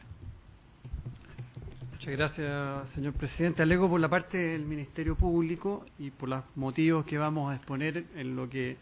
sigue de esta exposición. Vamos a ver que se desestimen los requerimientos de inaplicabilidad correspondientes a los roles 2959, 3062 y 3078, todos de este año, y todos orientados a criticar las dos disposiciones legales a las que vamos a aludir más adelante. Nosotros hemos decidido revisar esta cuestión partiendo en el orden que tiene que ver con la aplicación de estas disposiciones penales, es decir, partiendo por la crítica a las reglas de determinación de las penas y luego lo referente a la posibilidad de sustituir estas penas privativas o restrictivas de libertad de conformidad a lo dispuesto en la ley 18.216. Excelentísimo Tribunal, bueno, efectivamente el año pasado, por la ley 20.813, se introdujo una importante modificación a la ley sobre control de armas. Este es una iniciativa, un proyecto de ley que surge con una moción parlamentaria, cuya tramitación se extendió por bastante tiempo, y que termina en definitiva en la modificación legal que a estas alturas, ¿no es cierto?, se critica por vía represiva en estos antecedentes.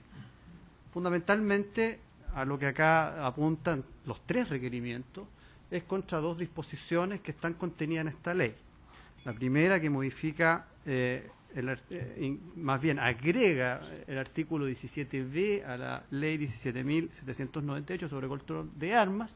y establece para un conjunto de ilícitos de la mencionada ley un régimen para determinar esta penalidad que tiene que ver con la marginación en esa labor de las disposiciones contenidas en los artículos 65 y 69 del Código Penal.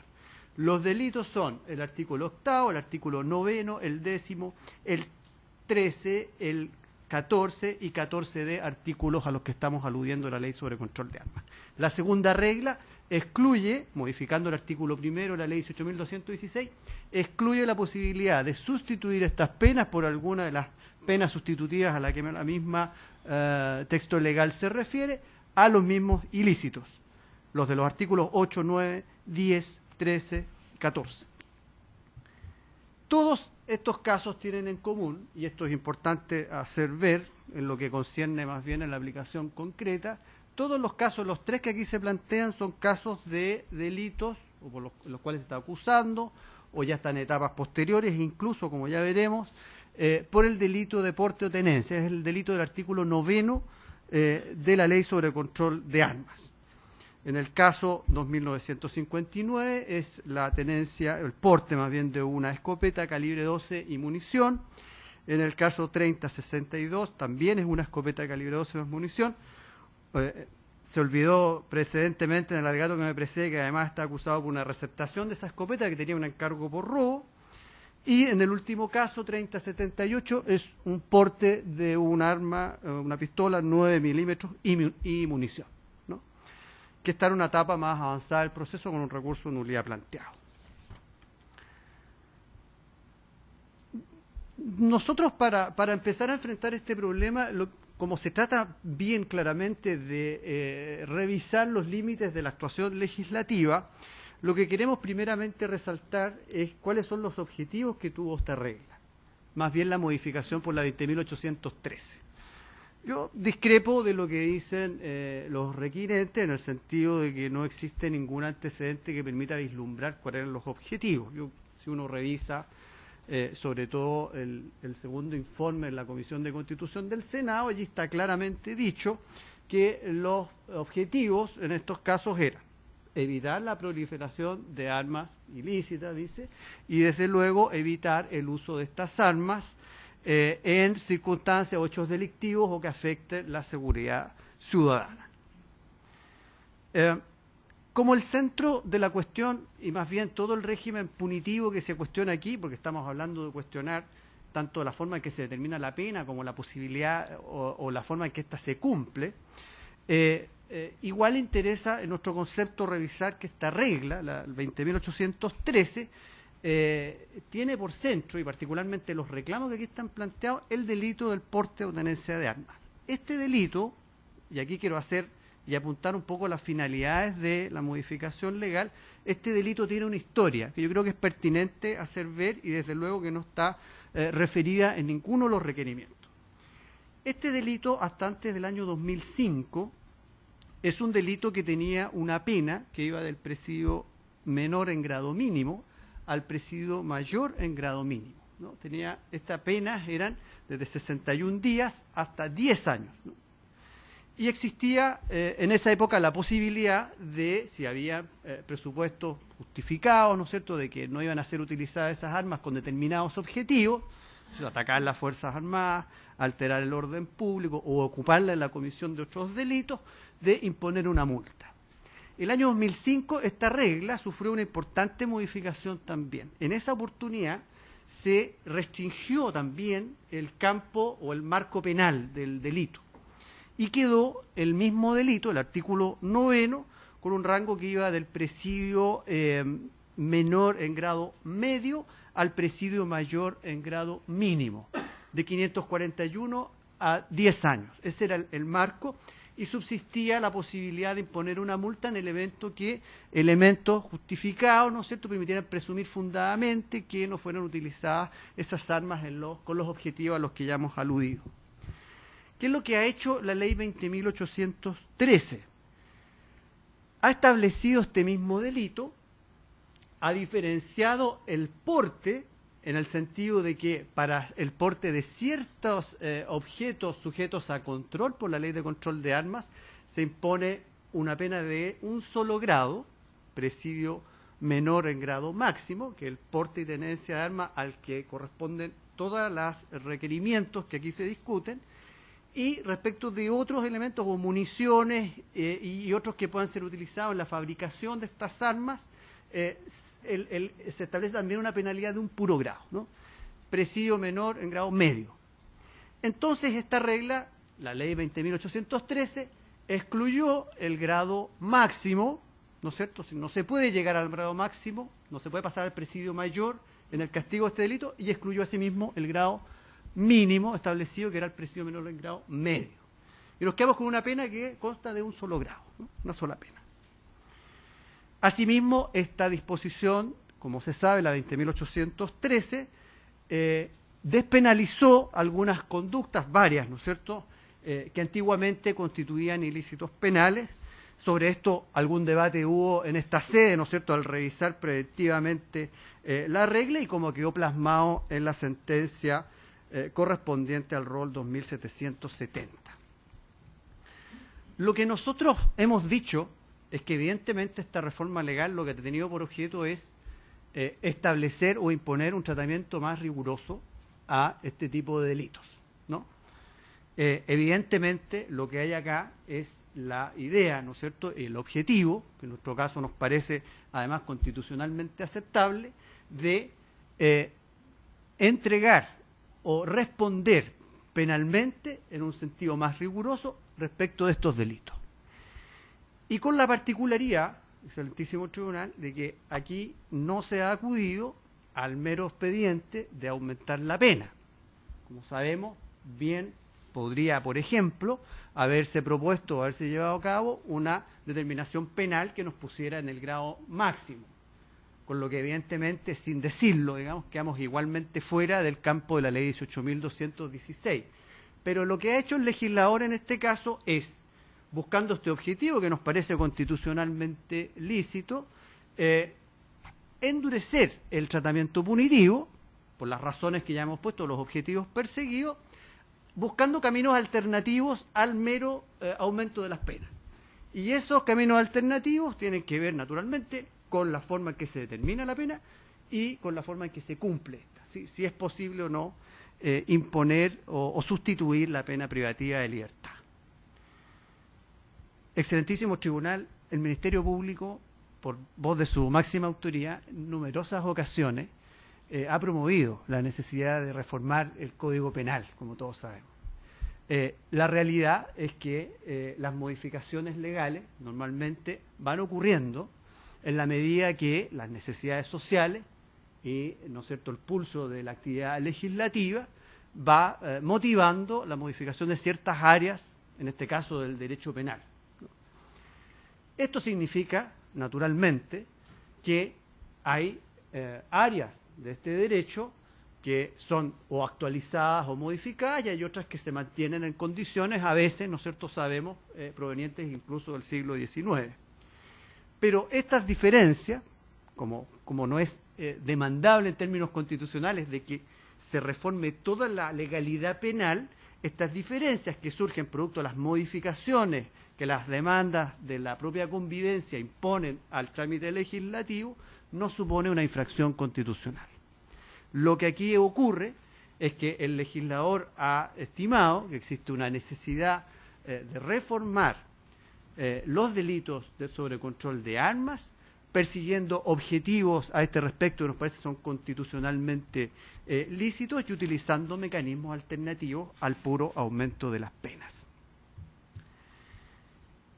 Por lo tanto, en este ámbito es como cuando debe apreciarse de alguna manera cómo están planteados estos requerimientos. Porque aquí hay dos críticas principales respecto a estas reglas. La primera es que se infringe el principio de igualdad y la segunda es que se infringe un principio de proporcionalidad. Evidentemente, para examinar y comenzar dando análisis a la objeción sobre el principio de igualdad,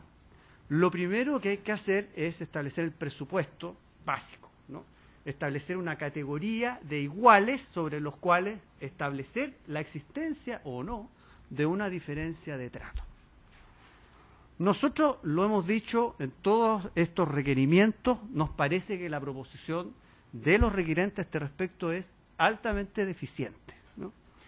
Lo que nos dicen en los requerimientos para establecer comparaciones, ¿no es cierto?, y establecer la existencia de una diferencia de trato, es que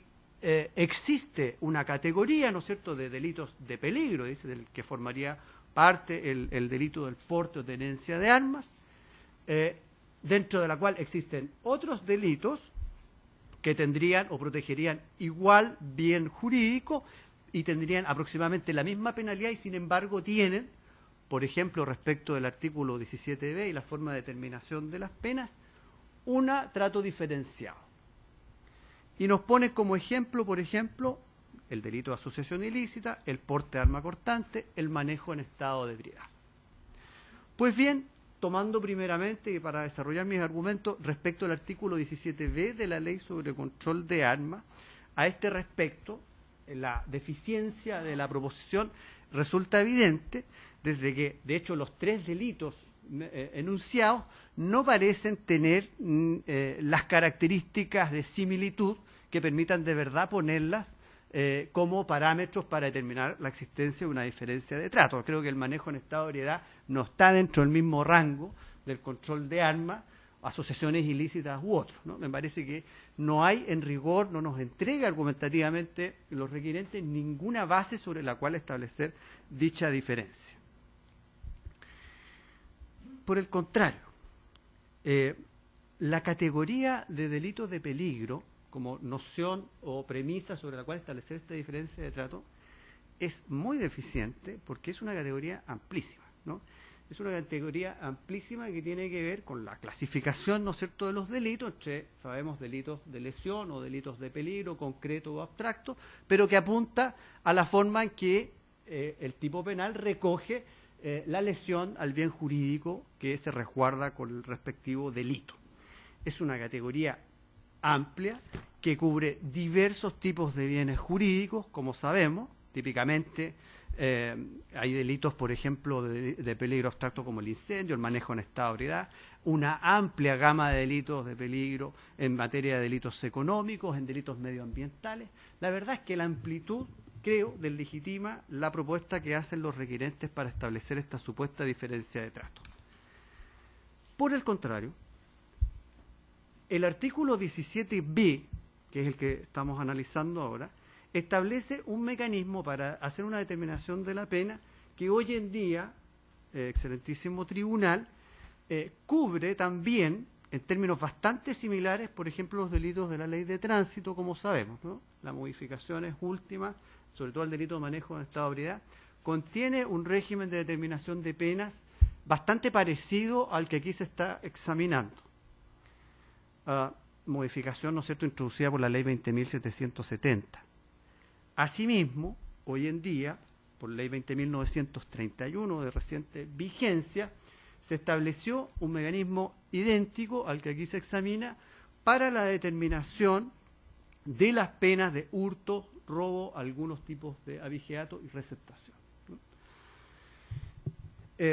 Si uno examina todos estos elementos, podría establecer algunas comparaciones, ¿no?, que parecen refutar lo que plantea la defensa.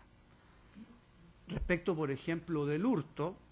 en el Código Penal hoy en día, producto de la reforma por la 20.931, el hurto y el porte de armas tienen el mismo régimen para determinación de penas. Pareciera que el hurto podría ser considerado menos grave que el delito que aquí estamos examinando. La receptación y el porte de armas, ¿no?, a la inversa de lo que pretende plantear la defensa, donde quiere hacer lucir un desmedro en el sentido de que no sería proporcional la forma de determinar la pena porque sería menos grave. Me parece que con la receptación tampoco nos encontramos dentro de un plano, efectivamente, donde esa situación se concrete. El manejo en estado de ebriedad versus el porte de armas, que también tienen, como digo, estructuras muy similares para efecto de la determinación de las penas. Pero fundamentalmente lo que a nosotros nos interesa aquí destacar es que no tenemos una base para asentar firmemente para el examen que nos propone la defensa, que es un examen que confrontar la regla con el principio de igualdad, en categorías tan amplias como los delitos abstractos, y por el contrario, la actividad legislativa reciente supone que delitos cuantitativamente importantes como los delitos contra la propiedad están sujetos a un sistema de determinación de pena idéntico al que aquí se critica. Para nosotros, insistimos en ello, el propósito del legislador a este respecto fue evidentemente establecer un tratamiento de más rigor penal, buscando ciertos objetivos que nos parecen constitucionalmente válidos, ocupando alternativamente este mecanismo particular de forma de determinar la pena.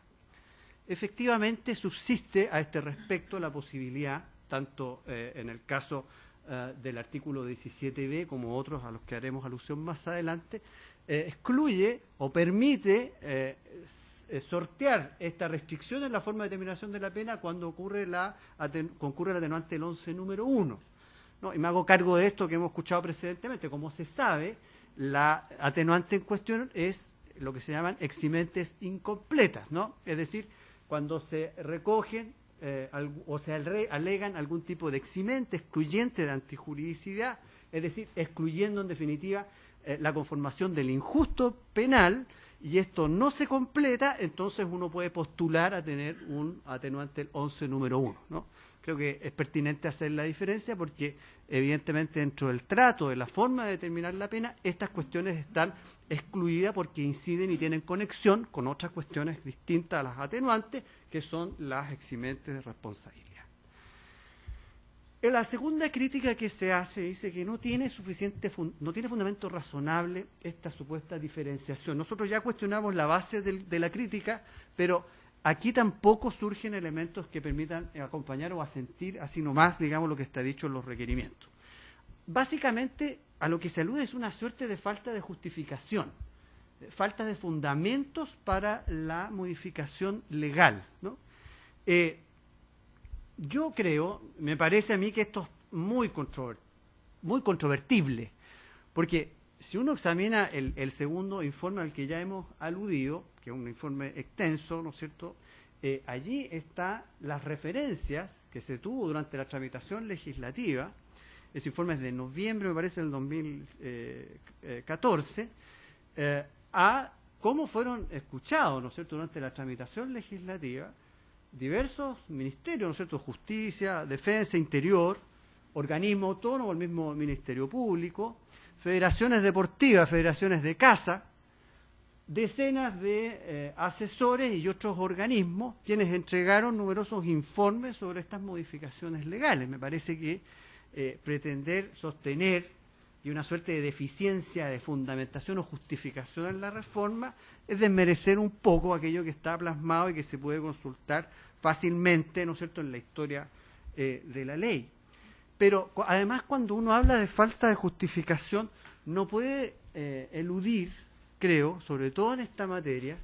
que la misma Constitución, ¿no es cierto?, en el artículo 103, establece o vincula la problemática que aquí estamos tratando del control de las armas, estableciendo, ¿no es cierto?, la prohibición en nivel constitucional de tenerlas o poseerlas de acuerdo a lo que señala el precepto legal, constitucional, perdón. Me parece que la supuesta falta de justificación con un elemento, ¿no es cierto?, que está en la cima normativa, en el artículo 103 de la Constitución, no puede ser un argumento fácilmente aceptable y nuestro concepto debe ser derechamente desestimado. Existe a nivel constitucional una regla que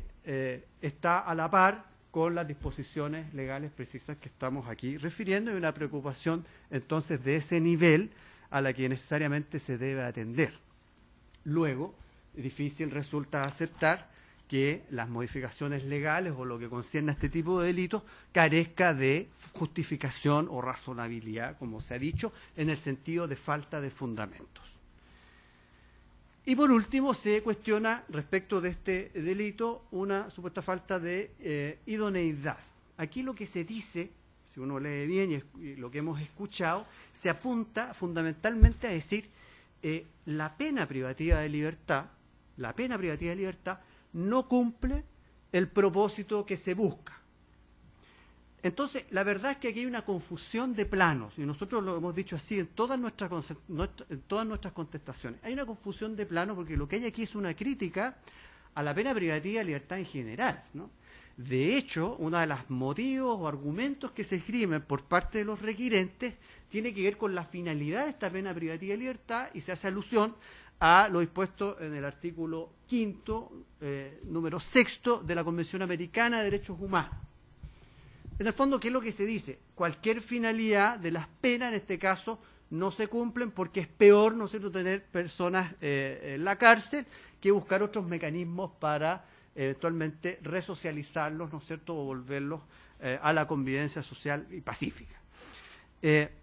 Pero esa es una crítica que está en un nivel lógico, en un plano lógico distinto de lo que aquí estamos examinando. Es una crítica a la privación de libertad en general, sea por el delito de control de armas, sea por un homicidio, sea por un manejo en estado de ebriedad, da lo mismo, es una crítica genérica que no está relacionada ni puede vincularse concretamente con los delitos que aquí estamos revisando. Por lo demás, incluso atendiendo a la referencia que se hace a la Convención Americana de Derechos Humanos, cabe recordar que la finalidad a que apunta ese precepto del Tratado Internacional tiene que ver con la finalidad de la pena siempre privativa de libertad. No es un precepto en un instrumento internacional que excluya la posibilidad de privar de libertad, sino que orienta la finalidad de dicha pena, ¿no es cierto?, en el sentido antes indicado. Por lo tanto, en rigor acá estamos en un plano absolutamente distinto que no tiene ni tiene conexión en realidad con las cuestiones que se están debatiendo. Por estas razones, por lo menos en lo que concierne a las críticas en relación al principio de igualdad, nos parecen no pueden ser consideradas. En cuanto a la proporcionalidad está estructurada en los requerimientos sobre la base de la crítica a la forma rígida de determinar la sanción, ¿no? Y tiene como contrapartida, dice, la disminución de las facultades del juez para la individualización de la pena. Nosotros, y aquí nos interesa, ¿no es cierto?, hacer ver, nosotros cuando planteamos esta cuestión dijimos más o menos lo siguiente. Dijimos que es evidente que en todos los casos, ¿no es cierto?, en que se alejan las posibilidades de disminuir o aumentar las penas, evidentemente el juez ve disminuido el espacio para tomar ese tipo de determinaciones. Pero eso no significa necesariamente una infracción constitucional, ¿no? Se ha pretendido hacer ver en esto como que nosotros estimásemos que esto no tiene ningún tipo de afectación en las facultades de los jueces. Lo que nosotros hemos dicho es que esta disminución que traza el legislador no significa necesariamente una infracción constitucional, que es lo que aquí nos importa. Es evidente que si yo tengo un delito con un marco penal amplio y lo disminuyo, el juez va a tener menos posibilidades para determinar, pero eso no compromete, como digo, los preceptos constitucionales. A este respecto, y en esta parte, lo que a nosotros nos interesa reafirmar es que estamos frente a una persecución de una finalidad que es constitucionalmente lícita, que tiene que ver con dar un rigor más alto al tratamiento penal de ciertos delitos, que creo podemos concordar son delitos bastante peligrosos, y que eso se ha hecho además buscando mecanismos también constitucionalmente aceptables y alternativos, desde luego, a la imposición de una pena. Nos parece que no hay ningún elemento en los requerimientos o elemento de juicio que permita de verdad apreciar aquí un problema de proporcionalidad en el sentido que está planteando la defensa. Es decir, la crítica a la rigidización en la determinación de la pena y, por el contrario, por el anverso, la disminución de las facultades de los jueces. Nosotros hemos hecho ver, adicionalmente, y creo que esto tiene algo que ver con lo que aquí se está debatiendo, con las sucesivas revisiones que ha hecho este excelentísimo tribunal sobre preceptos como el que aquí estamos revisando, 17b de la Ley de Control de Armas. Y partimos haciéndolo respecto de la sentencia 3081 el rol 3081 de este excelentísimo tribunal, revisando la última reforma al Código Penal, ¿no es cierto?, a la que hemos hecho alusión, que contenía un artículo, hoy día vigente, 449 del Código Penal, que establece una forma de determinación de penas equivalente a la que aquí se critica. En esa discusión, una parte del tribunal, ¿no es cierto?, que determina la decisión, estima que aquí esta no es una ley orgánica que deba ser revisada preventivamente, así que no compromete las competencias de los jueces. Otra parte del tribunal estima que sí lo era, pero aún así estima que esa regla era constitucional, y la disidencia del ministro señor Pozo, ¿no es cierto?, quien estuvo en este caso por estimar la parte de ley orgánica e inconstitucional, de acuerdo a lo que está plasmado en la referida sentencia. Pero yo creo que tiene algo que ver, algo que decir esta decisión, en el sentido de que no se ve en concepto de prácticamente la totalidad del tribunal comprometidas las competencias de los jueces al modificarse esta forma de determinación de las sanciones, y nosotros desde luego lo hemos hecho ver porque representa naturalmente un presupuesto al que legítimamente podemos acudir para desestimar en este caso el cuestionamiento. Y con eso creo, en nuestro concepto, terminamos con el 17b. Brevemente, Ley 18.216. Evidentemente hay muchos elementos que aquí están compartidos en cuanto a las críticas, pero vamos a partir primero cuestionando la forma en que se pretende establecer la supuesta diferencia de trato,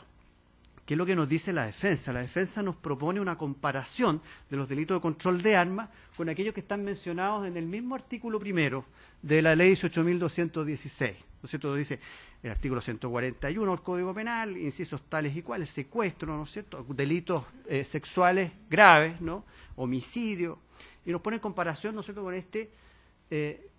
porte de armas tan sencillo, tan menor en relación a estos delitos. Nosotros criticamos también esta forma de presentar el problema porque desde luego se deja fuera muchas consideraciones. Primero, dentro de la misma ley de 17.798, no solamente el delito de porte de armas, sino que hay una serie de delitos de esa regla que están sujetos a la misma tratamiento. Artículos 8, 9, 10, 13, 14, 14D. Dentro de la ley de control de armas también están, excluyéndose de las penas sustitutivas, los delitos o cuasi delitos cometidos con estas armas. Luego, la ley 18.216 excluye también de la posibilidad de sustituir penas a quienes hubiesen cometido delitos de la ley 20.000. Excluye también a quienes hubiesen cometido robo con violencia, ¿no es cierto?, del 436 número 1. Establece una regla, que es reciente también, que cada vez en que se imponga una condena por 2 o más delitos y la pena supere el rango, tampoco puede proceder. Entonces, la verdad, y lo más pertinente, la ley 18.216 no permite la sustitución de penas cuando se trata de delitos que tengan una sanción superior a 5 años y 1 día. Con esto lo que queremos decir, para ir cerrando, es que la restricción opera solamente y surge recién cuando la pena rebaja del presidio mayor. 3 años y 1 día a 5. Recién allí surge esta restricción. Y ese rango es precisamente el delito que aquí nos interesa, que es el porte de armas. Se trate de homicidio, se trate de cualquier otro, la equivalencia en cuanto a la sanción es la que nosotros hemos destacado, porque naturalmente allí están dentro exactamente del mismo rango de pena y la exclusión de la pena sustitutiva está igualmente así establecida. Por lo tanto, los parámetros de igualdad nos parece dejan fuera el campo de comparación que naturalmente en este caso era procedente hacer o revisar. Para concluir entonces, respecto a este delito, tampoco nos parece que ocurren las críticas respecto de la justificación y menos en cuanto a la proporcionalidad, que por el tiempo no vamos a alcanzar a revisar muy en detalle, pero tiene que ver exactamente con los mismos elementos que ya fueron entregados en su oportunidad, puesto que no existe, también se discutió en esta sede, en la afectación de facultades de los jueces en cuanto a sus competencias, como está dicho en los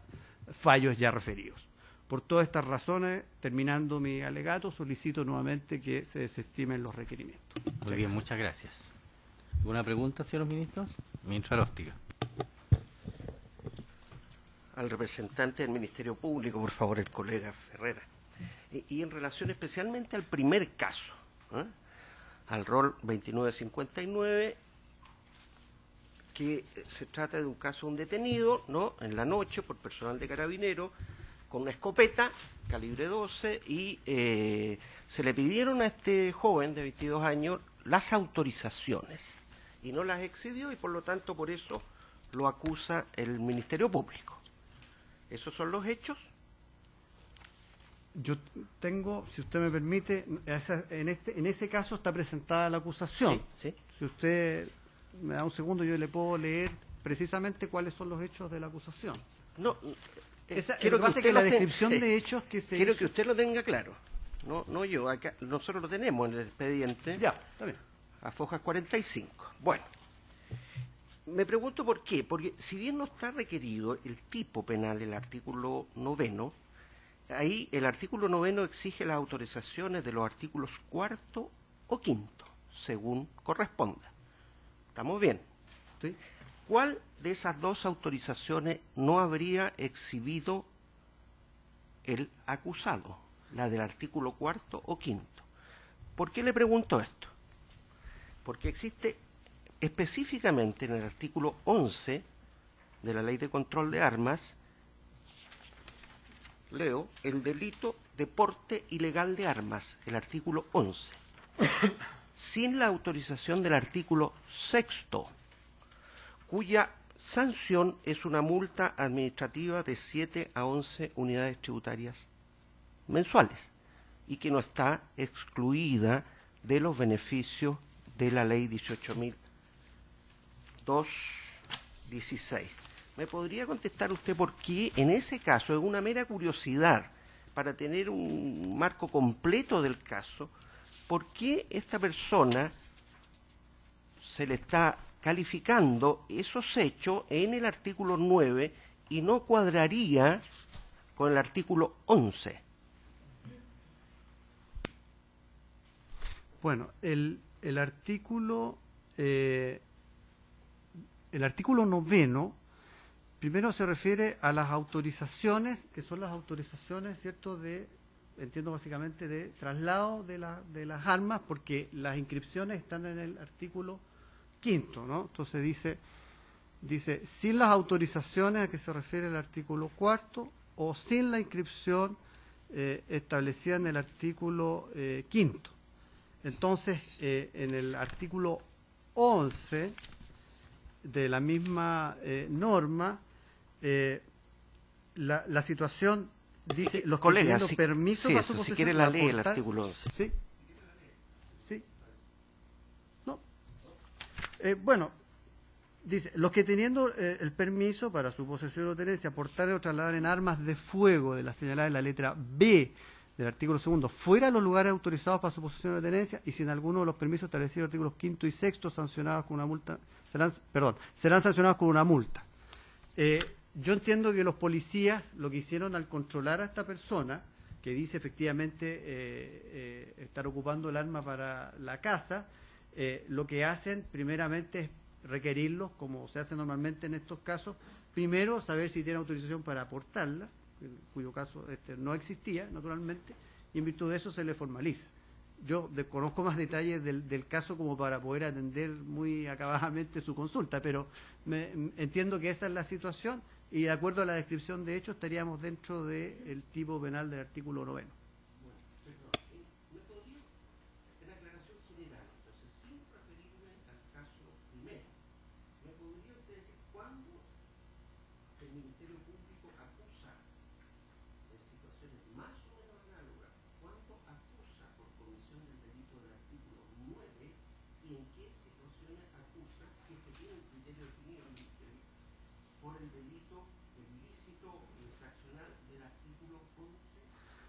Bueno, sí, yo entiendo que naturalmente en esto nosotros ahí tenemos una instrucción a este respecto, pero que viene de la regla modificada del año 2005, pero en esto la conformación o la acusación en este caso tiene que ver fundamentalmente con la determinación de la existencia o no de una autorización para portar o tener el arma. Estamos claros que es un problema de porte de armas. Mi pregunta es si calzaba según algún criterio general del Ministerio Público, ¿cuándo lo hace calzar ese porte ilegal en el artículo 9 o en el artículo 11? No importa. Antes de la reforma del 2015, existía el mismo delito aparte de la tenencia, posesión o transporte de armas. Y el artículo 11 también establecía una pena diferente, que no hay que confundir con los anteriores. ¿Tenía algún criterio el Ministerio Público para diferenciar ambas situaciones? No, porque había un campo infraccional, ¿no es cierto?, en el cual nosotros evidentemente no teníamos muchas veces incidencia, por lo tanto nos hacíamos cargo solamente de los ilícitos pertinentes establecidos en la misma ley. No, colega, el artículo 11 antiguo no es infraccional, eso se rebajó en 2015, es presidio menor en su grado medio a presidio mayor en su grado mínimo anteriormente. O sea, tenía competencia el Ministerio Público antes. Entonces mi pregunta es si con respecto al artículo 11 anterior tenía o no algún criterio el Ministerio Público para diferenciar las situaciones como la que estamos viendo ahora.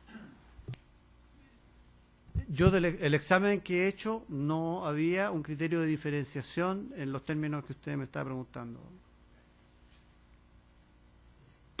Ministro Letelier. Gracias, presidente. Presidente, por su intermedio y en el ejercicio de lo dispuesto en el artículo 88 de nuestra ley orgánica, me gustaría que los tres abogados y en las tres causas se refirieran a si aquí podría haber o no, porque no tengo pronunciamiento previo al respecto, una infracción al artículo 19 número 7 constitucional respecto a la libertad personal y seguridad individual en relación a las normas impugnadas. Eso, presidente. Brevemente, si se pudieran referir a eso. Bien, en el orden en que alegaron.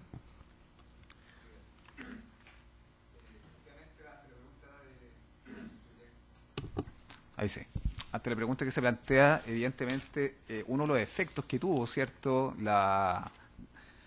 el inicio de esta investigación por parte del Ministerio Público fue inicialmente, ¿cierto?, una detención, y que en definitiva, ¿cierto?, se privó de libertad a nuestro representado y posteriormente, en torno a la discusión que se generó ante el Tribunal de Garantía, luego del control de detención, formalización y discusión de medidas cautelares, evidentemente hay una restricción a la libertad de nuestro representado y evidentemente mi representado está con medidas cautelares del artículo 155, que evidentemente restringe la libertad claramente, ¿cierto? No está privado de libertad, pero sí tiene una restricción de libertad. No sé si atiende eso la consulta respecto a o puedo responder la consulta suya, pero evidentemente hubo una restricción a la libertad de mi representado.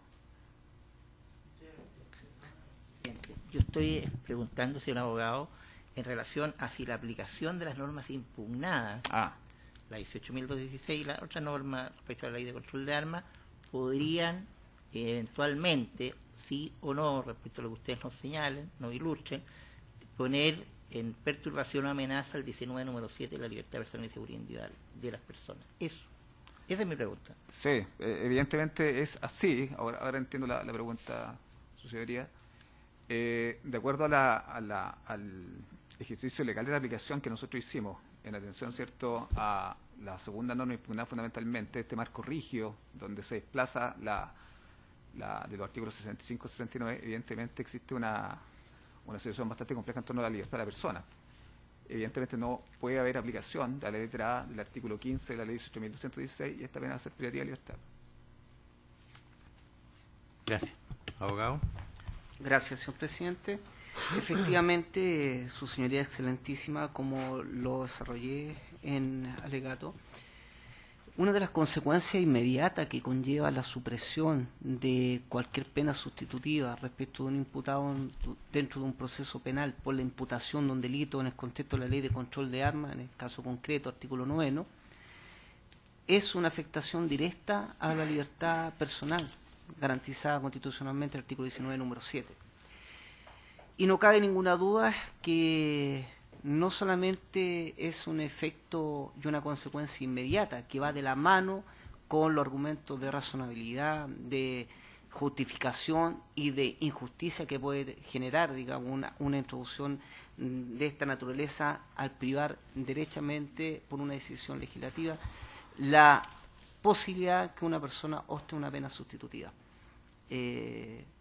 Y en ese contexto entendemos que no existían argumentos y no existe en este caso ningún fundamento para lesionar de esa forma en su contenido esencial el derecho a la libertad personal de las personas, suprimiéndolo de cualquier posibilidad de una pena sustitutiva, no obstante concurrir objetivamente todos los requisitos para ello. Ministerio Público. Sí, brevemente, bueno,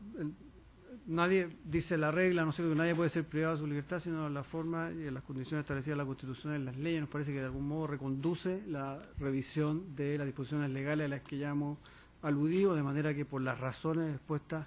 precedentemente nos parece que no hay a ese respecto tampoco una afectación a esa garantía, en la medida que no se justifica la tal infracción a la que alude la regla constitucional a que ha hecho referencia el señor ministro. ¿Alguna otra pregunta? Muy bien, entonces, ministro García. Una pregunta que es una cierta consecuencia de la misma que ha hecho el ministro Letelier. En la práctica en el sistema procesal penal, se han interpuesto recursos de amparo por privaciones de libertad en relación a la ejecución de la pena. Ya con posterioridad a la determinación de la ejecución de la pena, se han utilizado los mecanismos de la interposición de amparo, justamente en casos de esta naturaleza, donde hay una eliminación, interdicción de las penas sustitutivas. Desconozco y por eso quisiera saber si hay prácticas de esa naturaleza. Sí, Hasta el momento no hemos levantado ninguna acción constitucional de amparo, puesto que la mayoría de nuestros representados que hemos asistido dentro de este contexto no están privados de libertad.